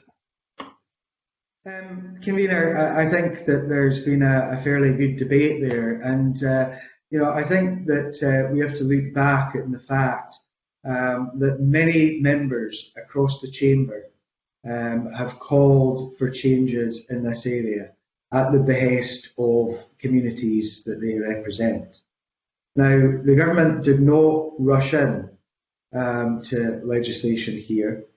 There have been 2 consultations.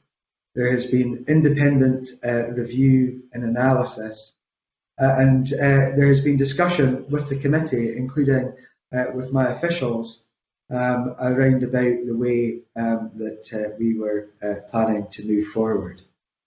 There are obviously very polarised views on this. There are many in the industry who don't want to see any change. That's not an unusual set of circumstances. And there are many communities who, quite frankly, have had enough and want severe action. And I think that what we have put forward is a balance in all of this. And this is what this is all about, a balance between the interests of business and ensuring that we have a sustainable tourism industry and the interests of communities, many of whom have had to face grim circumstances because of irresponsible short-term businesses. And I think that we have struck that balance, and I recognise, that some folk want further refinement, and I'm more than happy, as always, to do that.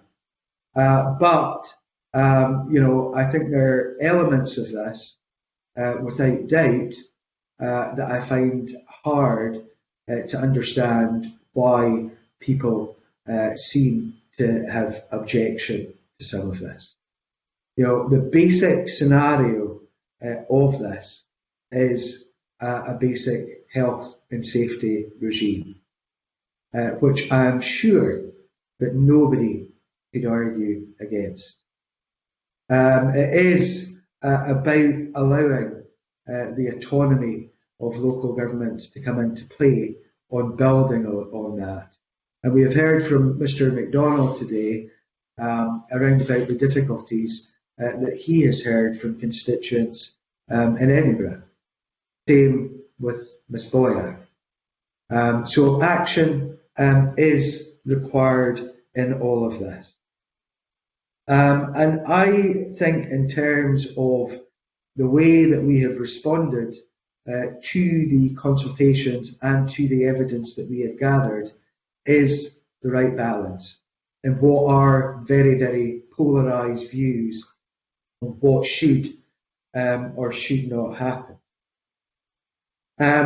However, as I say, I'm always willing to go the extra mile in terms of trying to seek further unanimity, if that is possible. So that's why we've already said that we will have a working group to look at all of the guidance.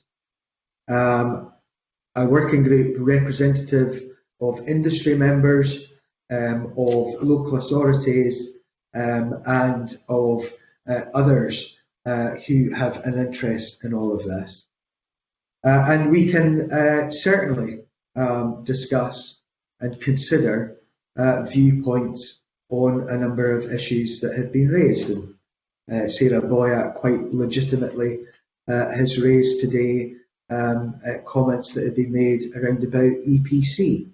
And we can consider views on that, but we also have to recognise, that we're in a global climate emergency. But let's look at all of the issues which folks are not quite so happy about and see what compromises can be reached. I'm pretty pragmatic on some of this, but what I do want to do, and I think what everyone wants to do, and we have to move forward today, in my opinion, to get to that point, is to create that balance between business and community. Because certainly in the conversations that I've had, and some of the horror stories that I have heard from folks not only here in Edinburgh, but from other parts of the country, they believe that there should be a more controlled regime.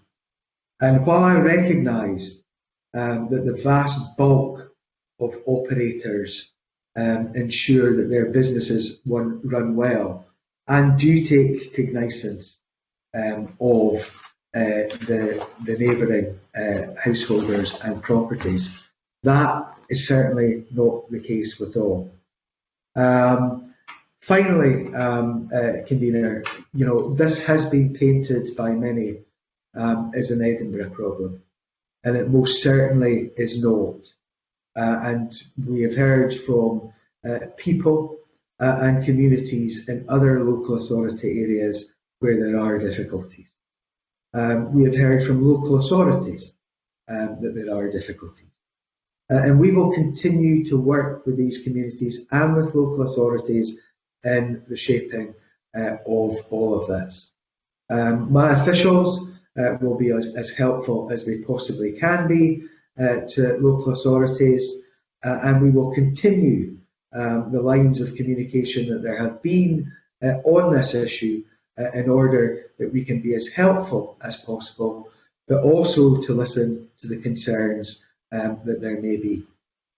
So I hope with that, convener, that members will vote in favour of the regulation and recommend it to Parliament. Thank you. Thank you very much, Minister. Therefore, the question is that motion S5M 23719 in the name of the Minister for Local Government, Housing and Planning be approved. Are we all agreed? No, okay. We're not agreed. We will move to a division, and we'll do this once again by roll call, asking each member individually to state yes, no or abstain. And we'll do this in alphabetical order, except with me at the end. Sarah? Yes. Jeremy? No. Keith? Yes, yes. Gordon?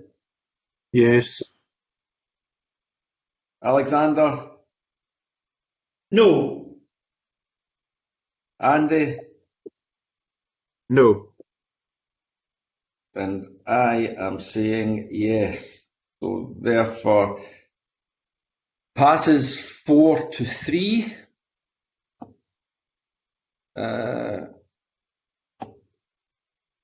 And the committee will report on this instrument in due course.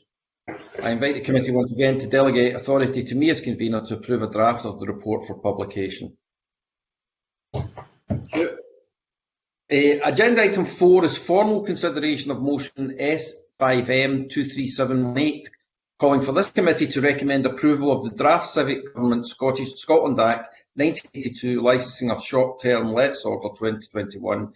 Just taken, sorry, I think I've got that wrong. Yeah, my apologies. Lost a page. I thank the Minister and his officials for taking part in this meeting. Members of the panel can leave the meeting by pressing the red telephone icon, and I remind committee members that we remain in public for the next item. Thanks very much, Minister. Thank you, convener.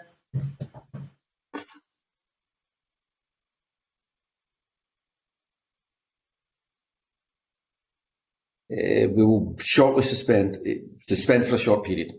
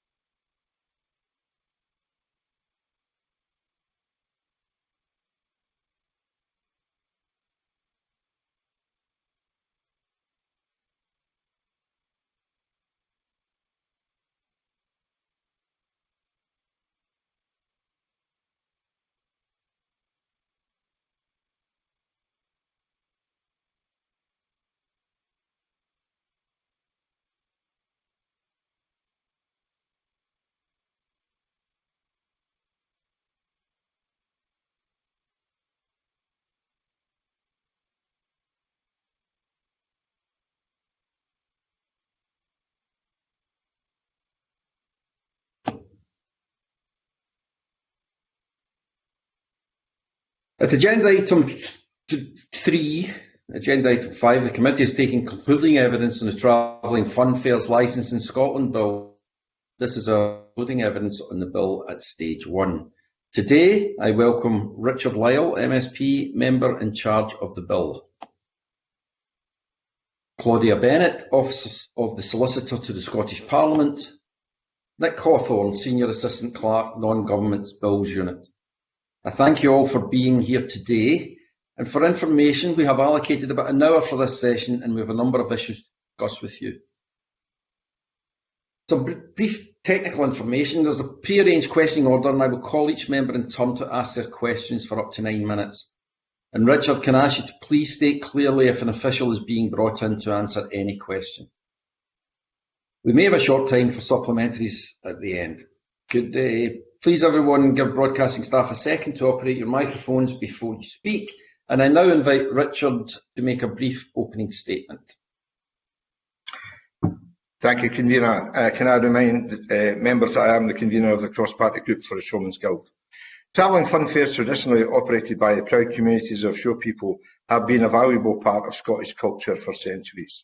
In 1982, fairs in Scotland were added to the provisions of the Civic Government Scotland Act, but not added to the English Act. That Act allowed Scottish local authorities to require travelling fun fairs to have a public entertainment licence to operate. For many years, all of Scotland's local authorities have required fairs to have such a licence. The Act allows for temporary licences for events of no more than 6 weeks. Travelling fun fairs require such a licence to operate. I believe the provisions in the 1982 Act are not proportionate or appropriate for travelling fun fairs, and over time individual local authorities have developed layers of unnecessary bureaucracy which, combined with inconsistent and often unacceptable high fees and processing times, have combined to threaten the survival of travelling fun fairs and show people across Scotland. We have a situation now where 32 local authorities charge widely varying amounts for a licence, from £50 to many thousands of pounds, where processing applications takes anywhere between 3 weeks and 3 months, where all 32 have their own particular administrative requirements. This puts up so many barriers for a business, which involves travelling around the country, staying in each place for short periods of time. The results for travelling fun fairs going out to business, fairs disappearing from our communities and show people struggling to survive. My bill addresses these problems by creating a simplified, proportionate, well-balanced licensing system, tips to balance more in the interests of show people than councils. The bill improves the 1982 Act in 5 main ways: reduced consistent costs for operators, reduced consistent timescales for processing applications, the option to transfer a licence to another site should the original site prove unstable, clear limits on the conditions that can be imposed on licences, and on grounds for refusing a licence application, and an application process which ensures operators know the criteria in advance. I read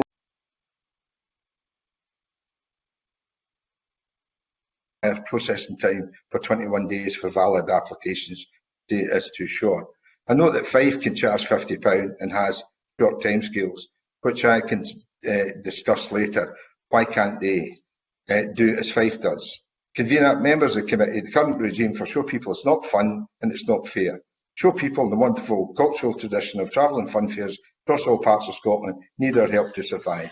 The current situation cannot be allowed to continue, and in closing, especially given that many show people have not worked since last March, if that continues, Scotland will lose much that it will never get it back. I look forward to answering any questions, Convener. Thank you. Okay, thank you very much, Richard. I'll kick off the questions. Can you clarify whether it's your view that the single biggest reason for the decline of travelling fun fairs in Scotland is the current licensing system? Yes, I would agree. The single biggest reason for the decline of travelling fun fairs is the present licensing system, and that's why I propose to update it. The cost of licence and the time to lodge a licence can be very long. Ask any showman why fares have reduced. If a licence is refused, a showman can lose hundreds of pounds. I know of many occasions that's happened, so they don't apply now.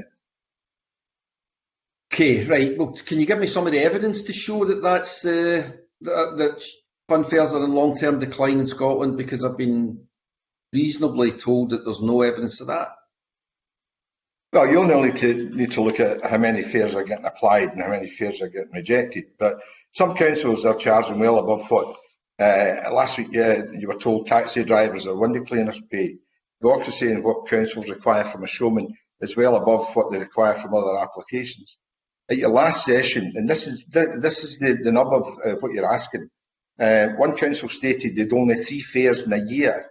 Their licence cost is £708. I would suggest that cost actually reduces applications. Fares have also declined due to former sites being built on for housing. We know that. But show people are family businesses. There are several generations of show people. It's the licence conditions which are reducing the number of fares. And I think that the evidence shows that. Okay, right. So a key aspect of the bill is setting a flat fee of £50 for applications. The local authorities say they can't cover their costs with this. Do you think it's fair for fund fare operators to have their licence costs subsidised when other licence holders, including charities and community groups, don't? Well, I wouldn't say they're being subsidised. As far as I'm concerned, do you think it's fair that show people are getting charged £708 in Western Bartonshire, £970 to £6,000 in Edinburgh, £889 in Renfrewshire, £597 in Glasgow, when the average cost for that doesn't answer the question I'm asking you, Richard. I mean, the fact is that a flat fee of £50 would mean that they'd be subsidised by such as charities and community groups who have to pay their licences. I don't accept that. You know, when you look at likes of Fife Council charges £50 for a licence, and other councils are charging hundreds of pounds. You know, and basically I'm not asking anyone, and we're quite prepared to sit down and discuss with councils a reasonable fee. But when you see, councils charging £700, £900, £6,000 for one licence for only a couple of weeks, that's not fair. Well, the councils say that they are only allowed to cover the costs. They're not allowed to be making a profit off of this. Are you suggesting that some are doing that? Well, if Fife Council can charge £50 and Western Bartonshire charges £708, what would you say that both councils are doing differently? I know I have to answer your question. Do you have any evidence that suggests that local authorities are profiting from this? Well, when you look at what one council is charging and what other councils are charging, I would suggest that there is unfairness and there is they're both doing the same work. So, why is there a difference in fees? There could be a number of reasons for it, but what I'm asking is if there's any evidence to suggest it. Well, across the board, 32 councils charging 32 different charges for the same licence. That isn't fair. Well, okay, but I still can't get past the whole that fund fares should be subsidised by charities and local organisations. I'm not asking people to subsidise fund fares. Fund fare operators want to pay their way and do pay their way. They pay taxes, they pay their fees. I'm looking for a fair licence system. May I remind you that there is no licence system in England, and fees down there are well below what they are in Scotland, and they seem to do well. What I want to do is encourage more fund fares where councils actually get more money. When you see a council only getting 3 and you see other councils with 50 and 60 fund fares in their areas, I would suggest that if councils look at fund fares and promote fund fares, they would actually increase their income, not decrease it. Yeah. But don't you accept that this bill is actually the showman trying to compensate for the fact that they missed out at the previous opportunity when they could have had the same regime as is in England? That's really what's happened. They missed the boat there and now they're trying to catch up. Well, 1982 is long since away, and sadly, you're correct. 2 bills went through the House of Commons at the same time, and fund fares were added to the Scottish bill as an amendment. and missed by the Showman's Guild. But again, showmen don't want any special treatment. What they want is fairness. They do want special treatment, Richard, because they're asking, for example, licence applications to be 28 days. They do want special treatment in terms of that, so there's no argument with that. I base my bill on what is near enough, I would suggest, one of the best councils in Scotland in supporting fun fairs, and that's Fife. They charge £50 for a fee, and it's 28 days. Now, I'm prepared to look at the 21 days to put it up to 28 days. But when we talk about 3 months, there's a difference between 28 days and 3 months. And as I say, basically what I want to do is I want fun fair operators to sit down with councils and sit down and agree sites, sit down and agree what a year ahead. Doesn't mean because I'm setting a bill that says 28 days or £50 that's the councils can, the showmen can get in and talk to the councils well in advance of that. Okay, thank you very much for that, Richard. Sarah? Thanks very much, Convener. Can I talk a bit about how the process would actually work in practice if somebody applied to get a decision on an application for a licence? You've talked about a principle of 21 days. And can I interrogate this a bit, because the local authorities are telling us that that's not enough time to allow council committees to make decisions in contentious cases. And do you think that councillors should be involved in these decisions about having travelling fun fairs in their constituencies and their wards? Well, I think earlier on somebody said they were in the council. I was a councillor for 36 years. As far as I'm concerned, councillors can have a thing, but the local, and I also would encourage community councils. As far as I'm concerned, I think we've got to have a situation that showmen sit down with councils and possibly sit down with community councils, agree sites, agree times and dates when they can go. Let's get back to a situation where fun fairs are encouraged. And again, as I say, 21 days, where it was 3 months an application date. I think 21 days is reasonable, but again, I would refer to Fife, the cost and the time that they can turn around a licence. Where people are saying they need 6 weeks, 8 weeks, 3 months to turn around a licence, I think there's a situation. And can also say that under the 1982 Act, section, I've got it handy, section 7, paragraph 3, the only people that should be consulted under even the 1982 Act is the Chief Constable. But basically, if there is a situation where something goes to most applications are not contentious and basically can be agreed, and some officials do have designated powers or delegated powers. So you have a situation where there is a contentious issue. The problem you have is if it goes to a committee. Some councils now work on a cycle. They don't work on weekly meetings, as happened when I first went into council way back in the days of yore. They work in a 2-month or a 3-month cycle. So the cycle and the committee meeting may be passed by the time the application for the fun fair when the fun fair is going to be held. So there is a problem. So as I say, under the 1982 Act, there's no provision for it, and I took my bill off the 1982 Act. Yeah, I mean, in evidence we've got, Solar has suggested that 6 to 8 weeks is a more reasonable timescale for contentious decisions.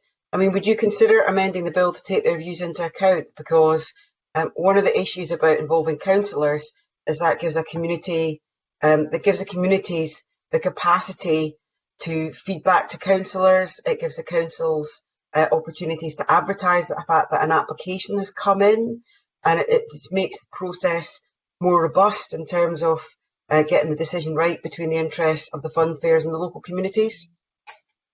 Well, Solar suggesting 6 to 8 weeks. What's the point of the bill then? We're presently at 3 months.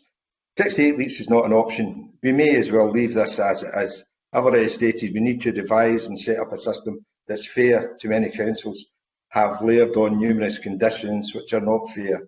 If councils and show people, what I want to promote, and the reason again for this bill, is to promote that show people and councils sit down and agree dates, agree when people can come, and basically, there can be local conditions put on. At the end of the day, councils have local bylaws, but I suggest that timescales discussions will have to take place long before an application is submitted. The application dates and times and whatever have to be set in the bill, but I'm sure showmen will get in, even weeks before that. Nobody in their right mind would leave it 21 days before an application to put their application in. So, again, as I said to the convener, I'm looking for fairness. I'm looking for councils to start to work with show people, as show people want to work with councils. Yeah, I suppose there's a potential that there are two issues, though, aren't there? One is better, good long-term relationships between the fun fairs sector, so that they have discussed opportunities and potential working together and what works for both sides. But there is also an issue about the detail of the provisions in the bill, the grant licences by default where a decision is not reached within 21 days. How would you ensure the bill? How would the bill ensure that public safety is not compromised in those situations where there is something that actually needs to be addressed properly before permission could actually be given? Wouldn't that be a problem? What do you mean by public safety? Remember that health and safety is a separate act and comes under as a reserved issue and is not covered by this bill. Health and safety is covered by the Health and Safety Act. So, basically, again, show people, have the safety certificates which they have to show to councils. They have to, when they're putting in an application. So all these things have to be addressed. I'd like to know what safety issues you basically are referring to. Well, I could give you an issue of proximity to residential properties, for example, where it potentially has a big impact on residents.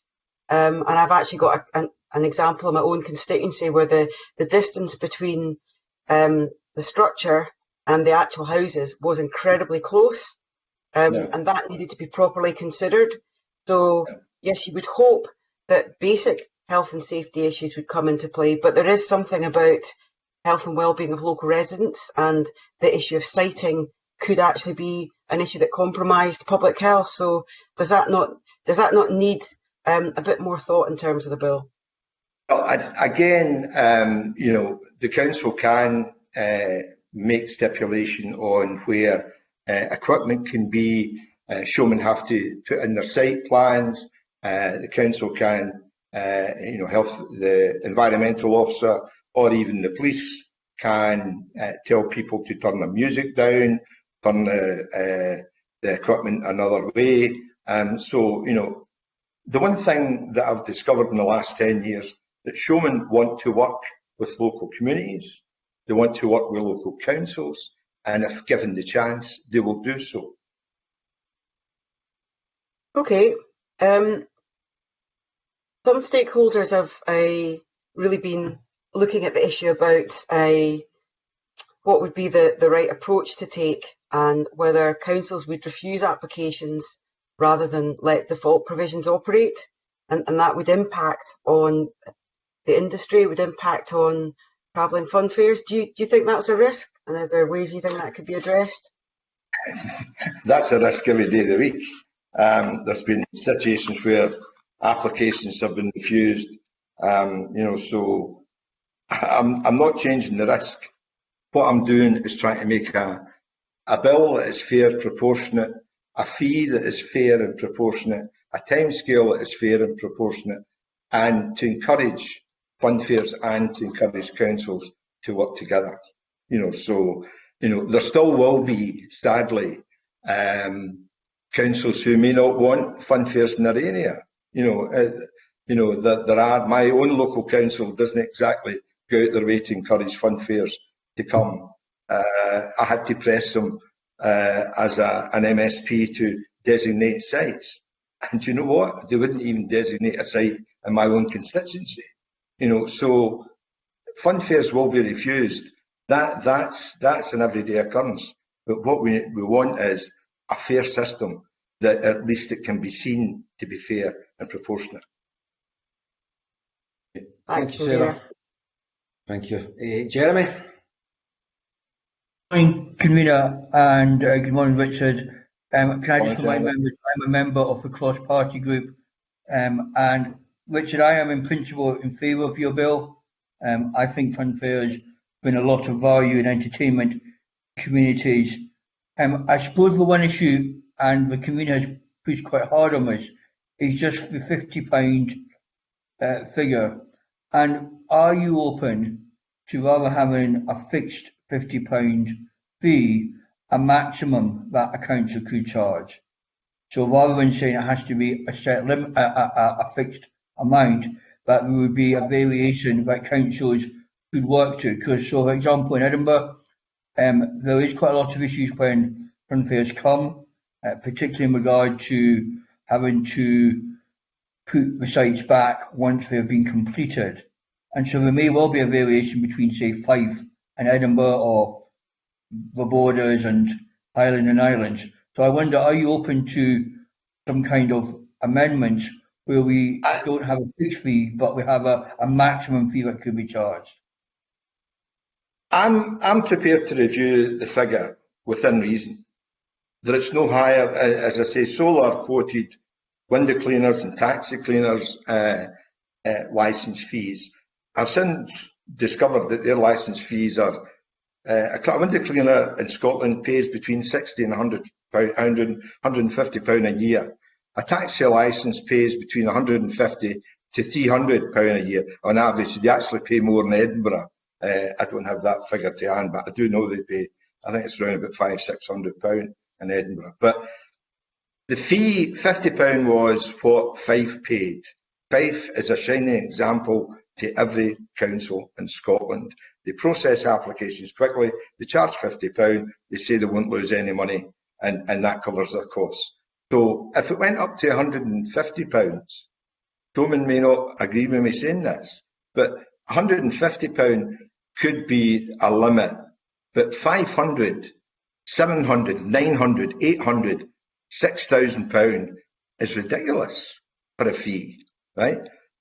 Yes, I think a fee should be charged, and I'm prepared to work with councils and show people in order to get a fair fee. But when you talk about £700, £800, £900, that's not fair. Okay, that's helpful. Thank you, Richard. I suppose my final question, and it's a local issue here in Edinburgh. Again, going back to the issue of the meadows, which has been used, and also other parks within the city that have been used from time to time, is the grass, the mud, the mess that is left that has to be put back. How do we work? How do local authorities work better with the showman community so that we can, put back things like the meadows to where it was before the funfair arrived? Well, we're conflating two different situations. We've got a licence fee and we've got a lease. So when the showman goes and asks for a licence for the meadows, they also have to go to the council and they're charged for the lease of the meadows. And it would surprise you how much they're paid. I think one instance they went round and asked them for another £4,000 a couple of years ago. But the situation is that within the lease of our contract, or whatever you want to call it, or the let of that area, it should be in the conditions to reinstate the park. And most leases have this. Reinstate the park, make sure it's clear of rubbish and glass or any respecting showman will do that, because they know that if they want to come back, if they don't do it, that will be held against them, and that could affect their future application. So I don't see that as a problem, Jeremy. Okay, thank you, Convener. Thank you, Richard. Thank you. Jeremy, could I ask you, you mentioned the cross-party group, but just for the record, could you clarify Which cross-party group you meant? Oh, apologies, the one to do with travellers and fun fairs. Okay, thanks very Showman's much. Guild. Also, Nick, sorry? It's a cross-party group for Showman's. Sorry. You were wanting in. Yes, thank you, convener. It was just a couple of points I wanted to clarify, if it's helpful. One, in relation to Jeremy Balfour's question a moment ago, under the conditions provisions in the bill and where conditions can be added to the licence, only certain kinds of conditions can be added, but one of those is specifically in section 11, relates to the repair or restoration of ground surface or any other things damaged or displaced by or as a direct consequence of the operation of the fun fairs. That's actually a condition that can be added specifically to the licence in this bill. The other point I was just going to clarify relates back to Sarah Boyak's questions, and that's just to clarify again that conditions can be added to the licence and that there are only 2 grounds of refusal that can be used by a local authority in refusing a licence. Thank you. Thank you. Okay, Gordon. Yeah, thanks very much, convener. Just looking at the costs of applying for a licence to operate, you've already highlighted there's a huge range from Fife at £50 to other councils that charge over £700, or in the case of Edinburgh, substantially more than that. Is there not a need for a national formula on how licence fees should be calculated? So what I'm saying is we have to be cost neutral to local authorities.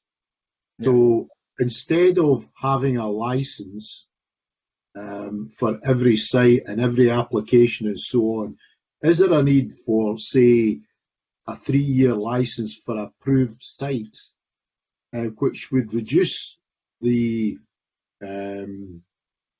time show people spend on applications, and it would reduce the time that councils had to spend proving them, and like other types of licences that the councils operate, would it not be better to step back, amend the bill and support some kind of national formula which explained exactly how the formula should be calculated so that all councils work to the same variation, and to reduce the onerous task of applying by show people and also the task of processing it by councils, to introduce some form of 3-year licensing regime for a particular site that all sides are agreed on, and unless there is problems on an annual basis, it automatically gets renewed until that 3-year licence is up, and then you go through the process again. And that might eliminate some of the concerns we're hearing from councils regarding the costs and the time, etc., that they're complaining about.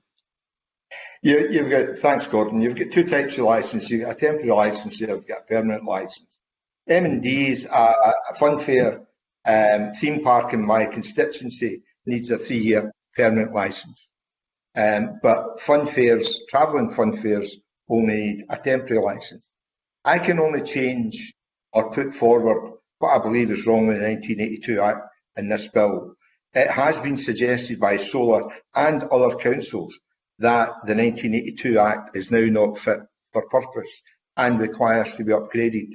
If my Act falls due to time constraints because of COVID and other reasons, I'm going to try to encourage the government or the governing party to bring in a bill to resolve the unfairness, to show people and make the bill fair through 32 local authorities. Can I tell you, for the last 6 years, I've had various discussions with ministers and Scottish Government to send out guidance to councils.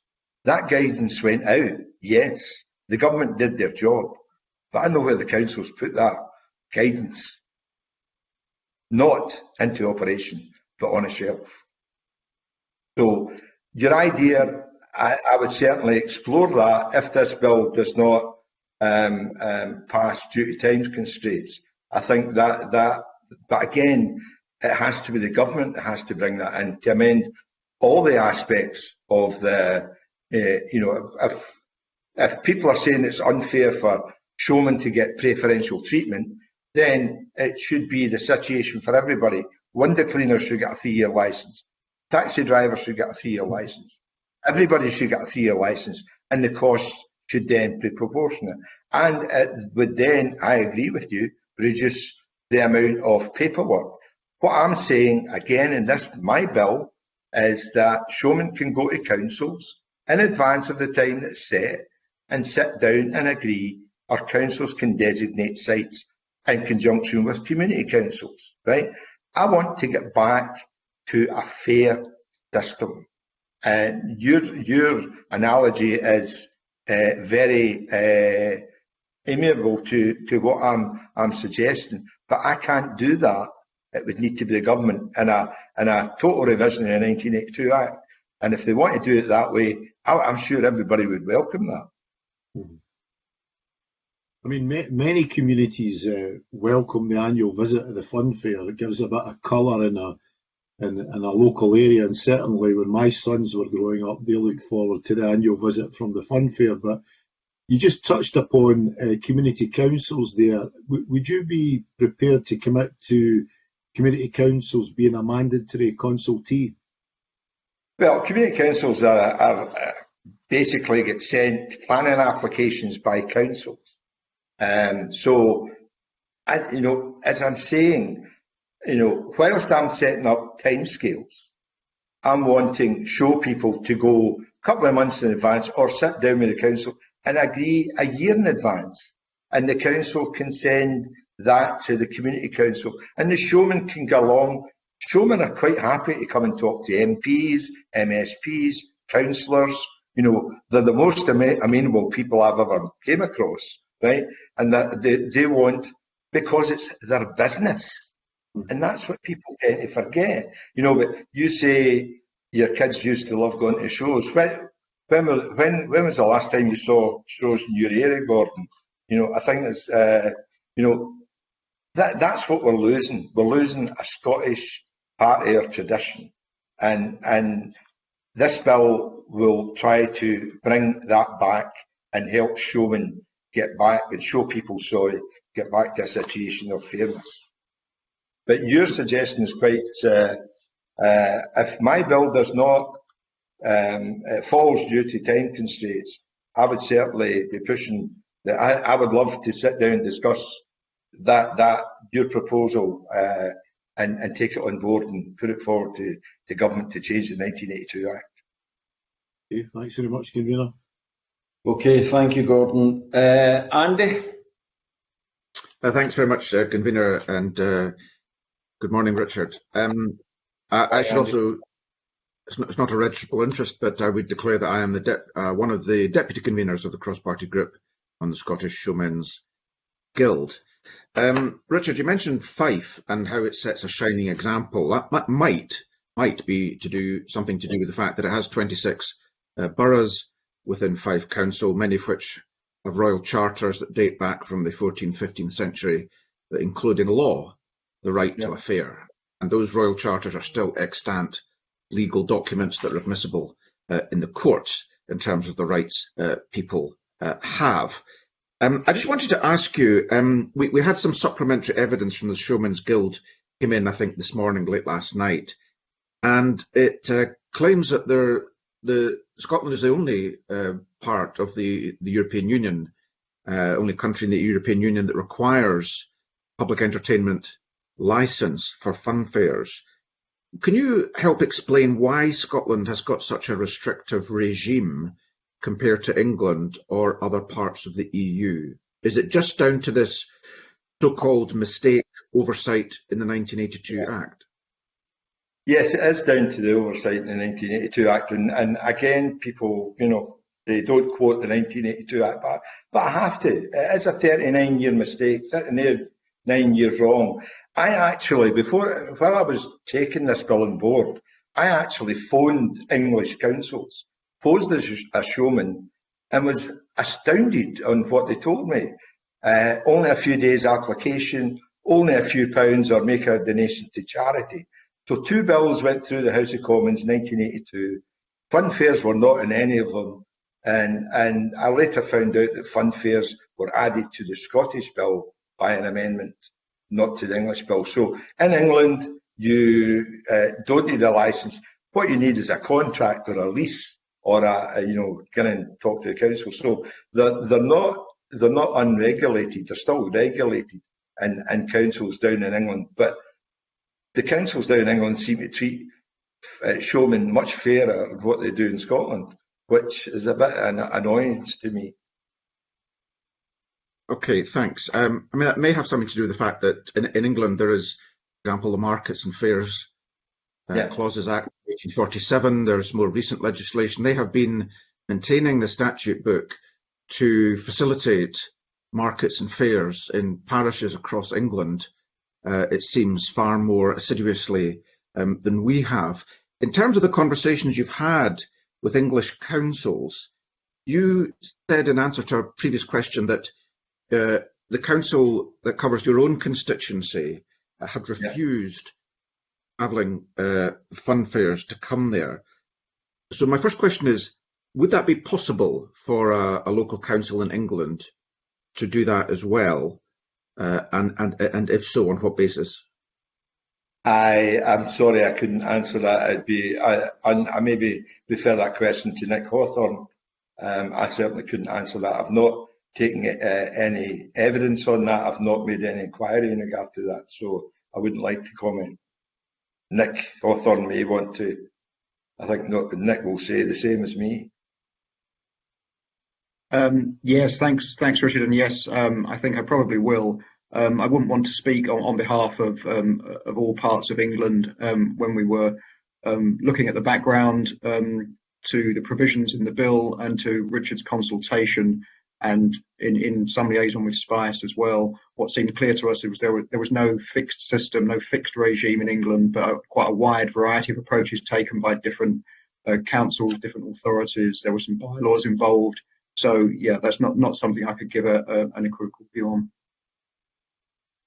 I did, to be honest, I did have the opportunity to visit a section in Nottingham for a dinner one week, and they were aghast at what the licence conditions were in Scotland, and they said they didn't come across the same thing. I haven't taken any evidence. I just, as I say, I phoned councils just to find out what they were charging and what their timescale was, and it was well below what Scotland was, and that's purely because fund fares weren't in the 1982 Act for England.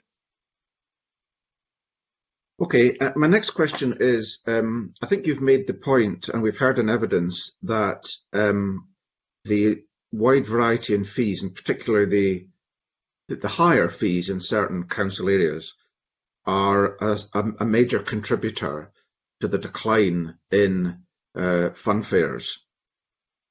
Are there other contributing factors to that in relationship to the conditions that councils attempt to put on public entertainment licences? Is that an issue as well? And if it is, can you give some examples?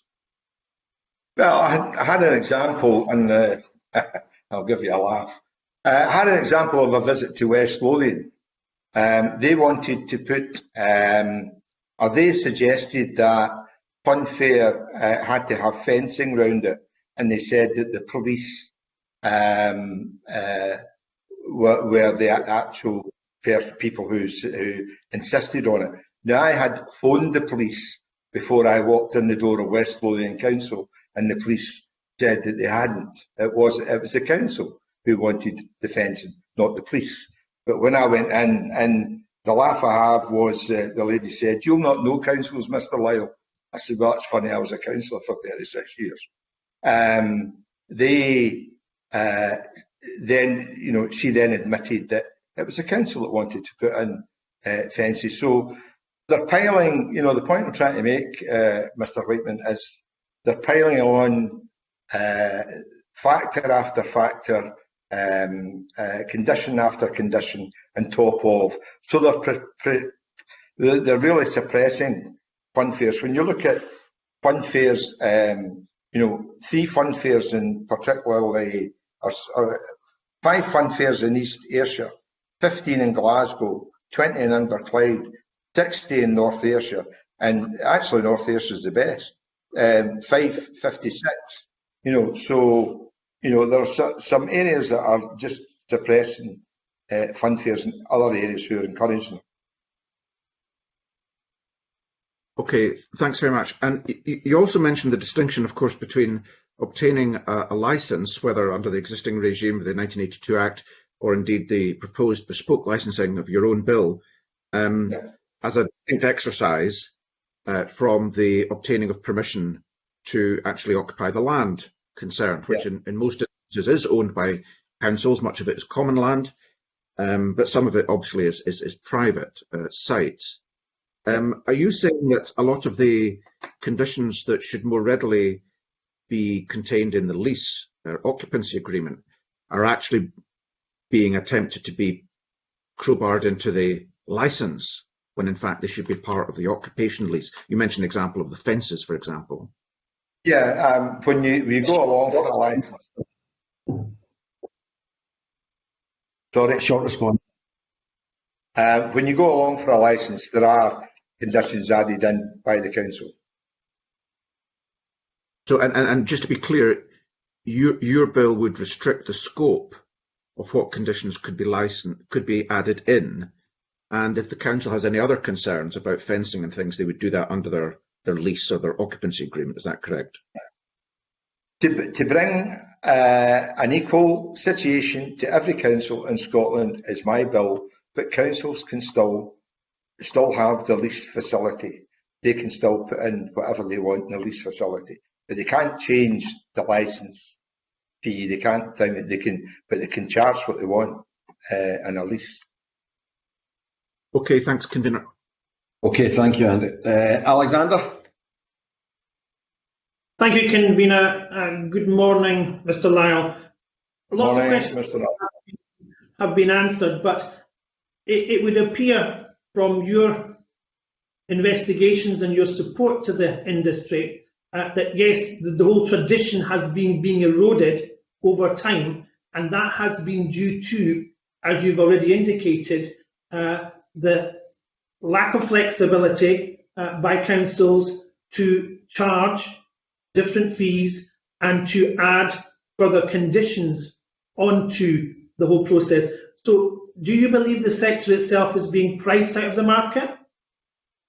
Yes, let's remember, if someone is charged £500 for a licence, then they've still got to pay for the lease, whatever that is. They have to, I'll use the old analogy, they've got to put bums on seats in order to get their income back. So if they're charged £2,000 before they start their fair, and they're charging £2 a pop, they've got to get 1,000 bums on seats before they can even make a profit. I've seen some showmen who have been at places, and the weather, etc., different situations, have walked away earning £15. Much did you make this week? Oh, I made £15. They've got all their diesel to pay. They've got, these are not just one thing. Every fun fair supports maybe several families. They don't just support one businessman. So it's not somebody making, as somebody used to say, loads of money. They've got to put bums in seats before they can make a profit. So the more they've got to pay out, and if they, if we get an honest situation back to fun fair licensing, then I think we'll promote fun fairs, and may even reduce costs.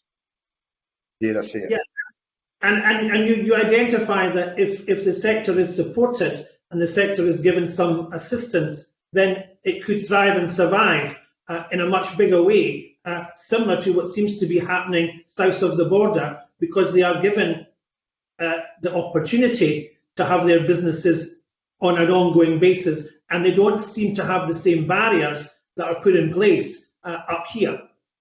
Okay, so another concern we from local authorities was the lack of involving local communities in the licensing decision.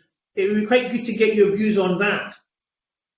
Well, the 1982, the original 1982 Act does not allow public consultation, does not specify public consultation. But I'd like to bring Nick Hawthorne in to answer that question, Convener. Yeah.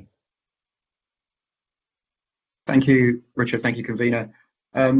Yes, as Richard was saying, the 1982 Act doesn't require consultation outside that with the police and with the fire service, which is replicated in the bill. It doesn't prohibit that, and I think, as you heard a couple of weeks ago from your evidence sessions, many councils are choosing to consult with wider groups and with the community, with other organisations, and that right would still be available to councils under this bill. It just wouldn't be required. I think the point is that decisions have to be made within the 21-day period that's specified in the bill. But the requirements in the bill to consult with the police and the fire service are the same as those that are in the 1982 Act. And the 21 days decision on licence applications has been talked about. Local authorities say that that's not enough time to allow that for a council or a committee to make that kind of decision. Do you accept that? Well, in England, there's no time, right? In Scotland, they're 3 months. I'm proposing 21 days. Solar are saying put it up to 6 weeks. What's the point of having the bill if I'm only bringing it down from 3 months to 2 months? I'm quite prepared to, in discussion with other people, to look at 28 days. You know, again, I'll put up the shiny example of Fife. Yeah, okay. 21 days was to promote a reaction. I got that reaction. But, you know, 3 months is too much. 2 months is too much. Maybe 1 month is enough. But again, in England, there's no months. It's only days. So as far as I'm concerned, I just want fairness. I'll finish by saying this. I want showmen and councils to work with each other to promote shows and get fun back into Scotland. That's what I want. For too long, councils and showmen have been at loggerheads. I want to do away with that. I want to work with councils, community councils and local people to bring fairness back to fun fairs. Thank you, Convener. I have no further questions. Okay, thank you very much. That completes our questions and concludes this evidence session. Thanks to Richard and his team for taking part. The committee will report to Parliament in due course. Can I ask the members of the panel leaving the meeting to press the red telephone icon, and I remind committee members that remain in public for the next item. Convener, can I personally thank you for your time and your committee. Thank you. Thank you. Okay, agenda item 6 is the consideration of negative instrument 18 as listed on the agenda. I refer members to paper number 6, which contains further detail. The instrument is laid under the negative procedure, which means it will come into force unless the Parliament agrees to a motion to annul. No motion to annul has been laid. The Delegated Powers and Law Reform Committee considered instrument 18 at its meeting on 26 January 2021 and determined that it did not need to draw the attention of the Parliament to the instrument on any grounds within its remit. Does anyone have any comment? No? Okay, I therefore invite the committee to agree that it does not wish to make any recommendations in relation to this instrument. Does anyone object? That is agreed, thank you. That concludes the public part of this meeting, and we will resume the meeting in private in Microsoft Teams. I propose we resume in 5 minutes. Please accept the clerk's meeting request for the private discussion, which will be sent shortly. You can exit the meeting, as always, by clicking on the red telephone icon. See you soon.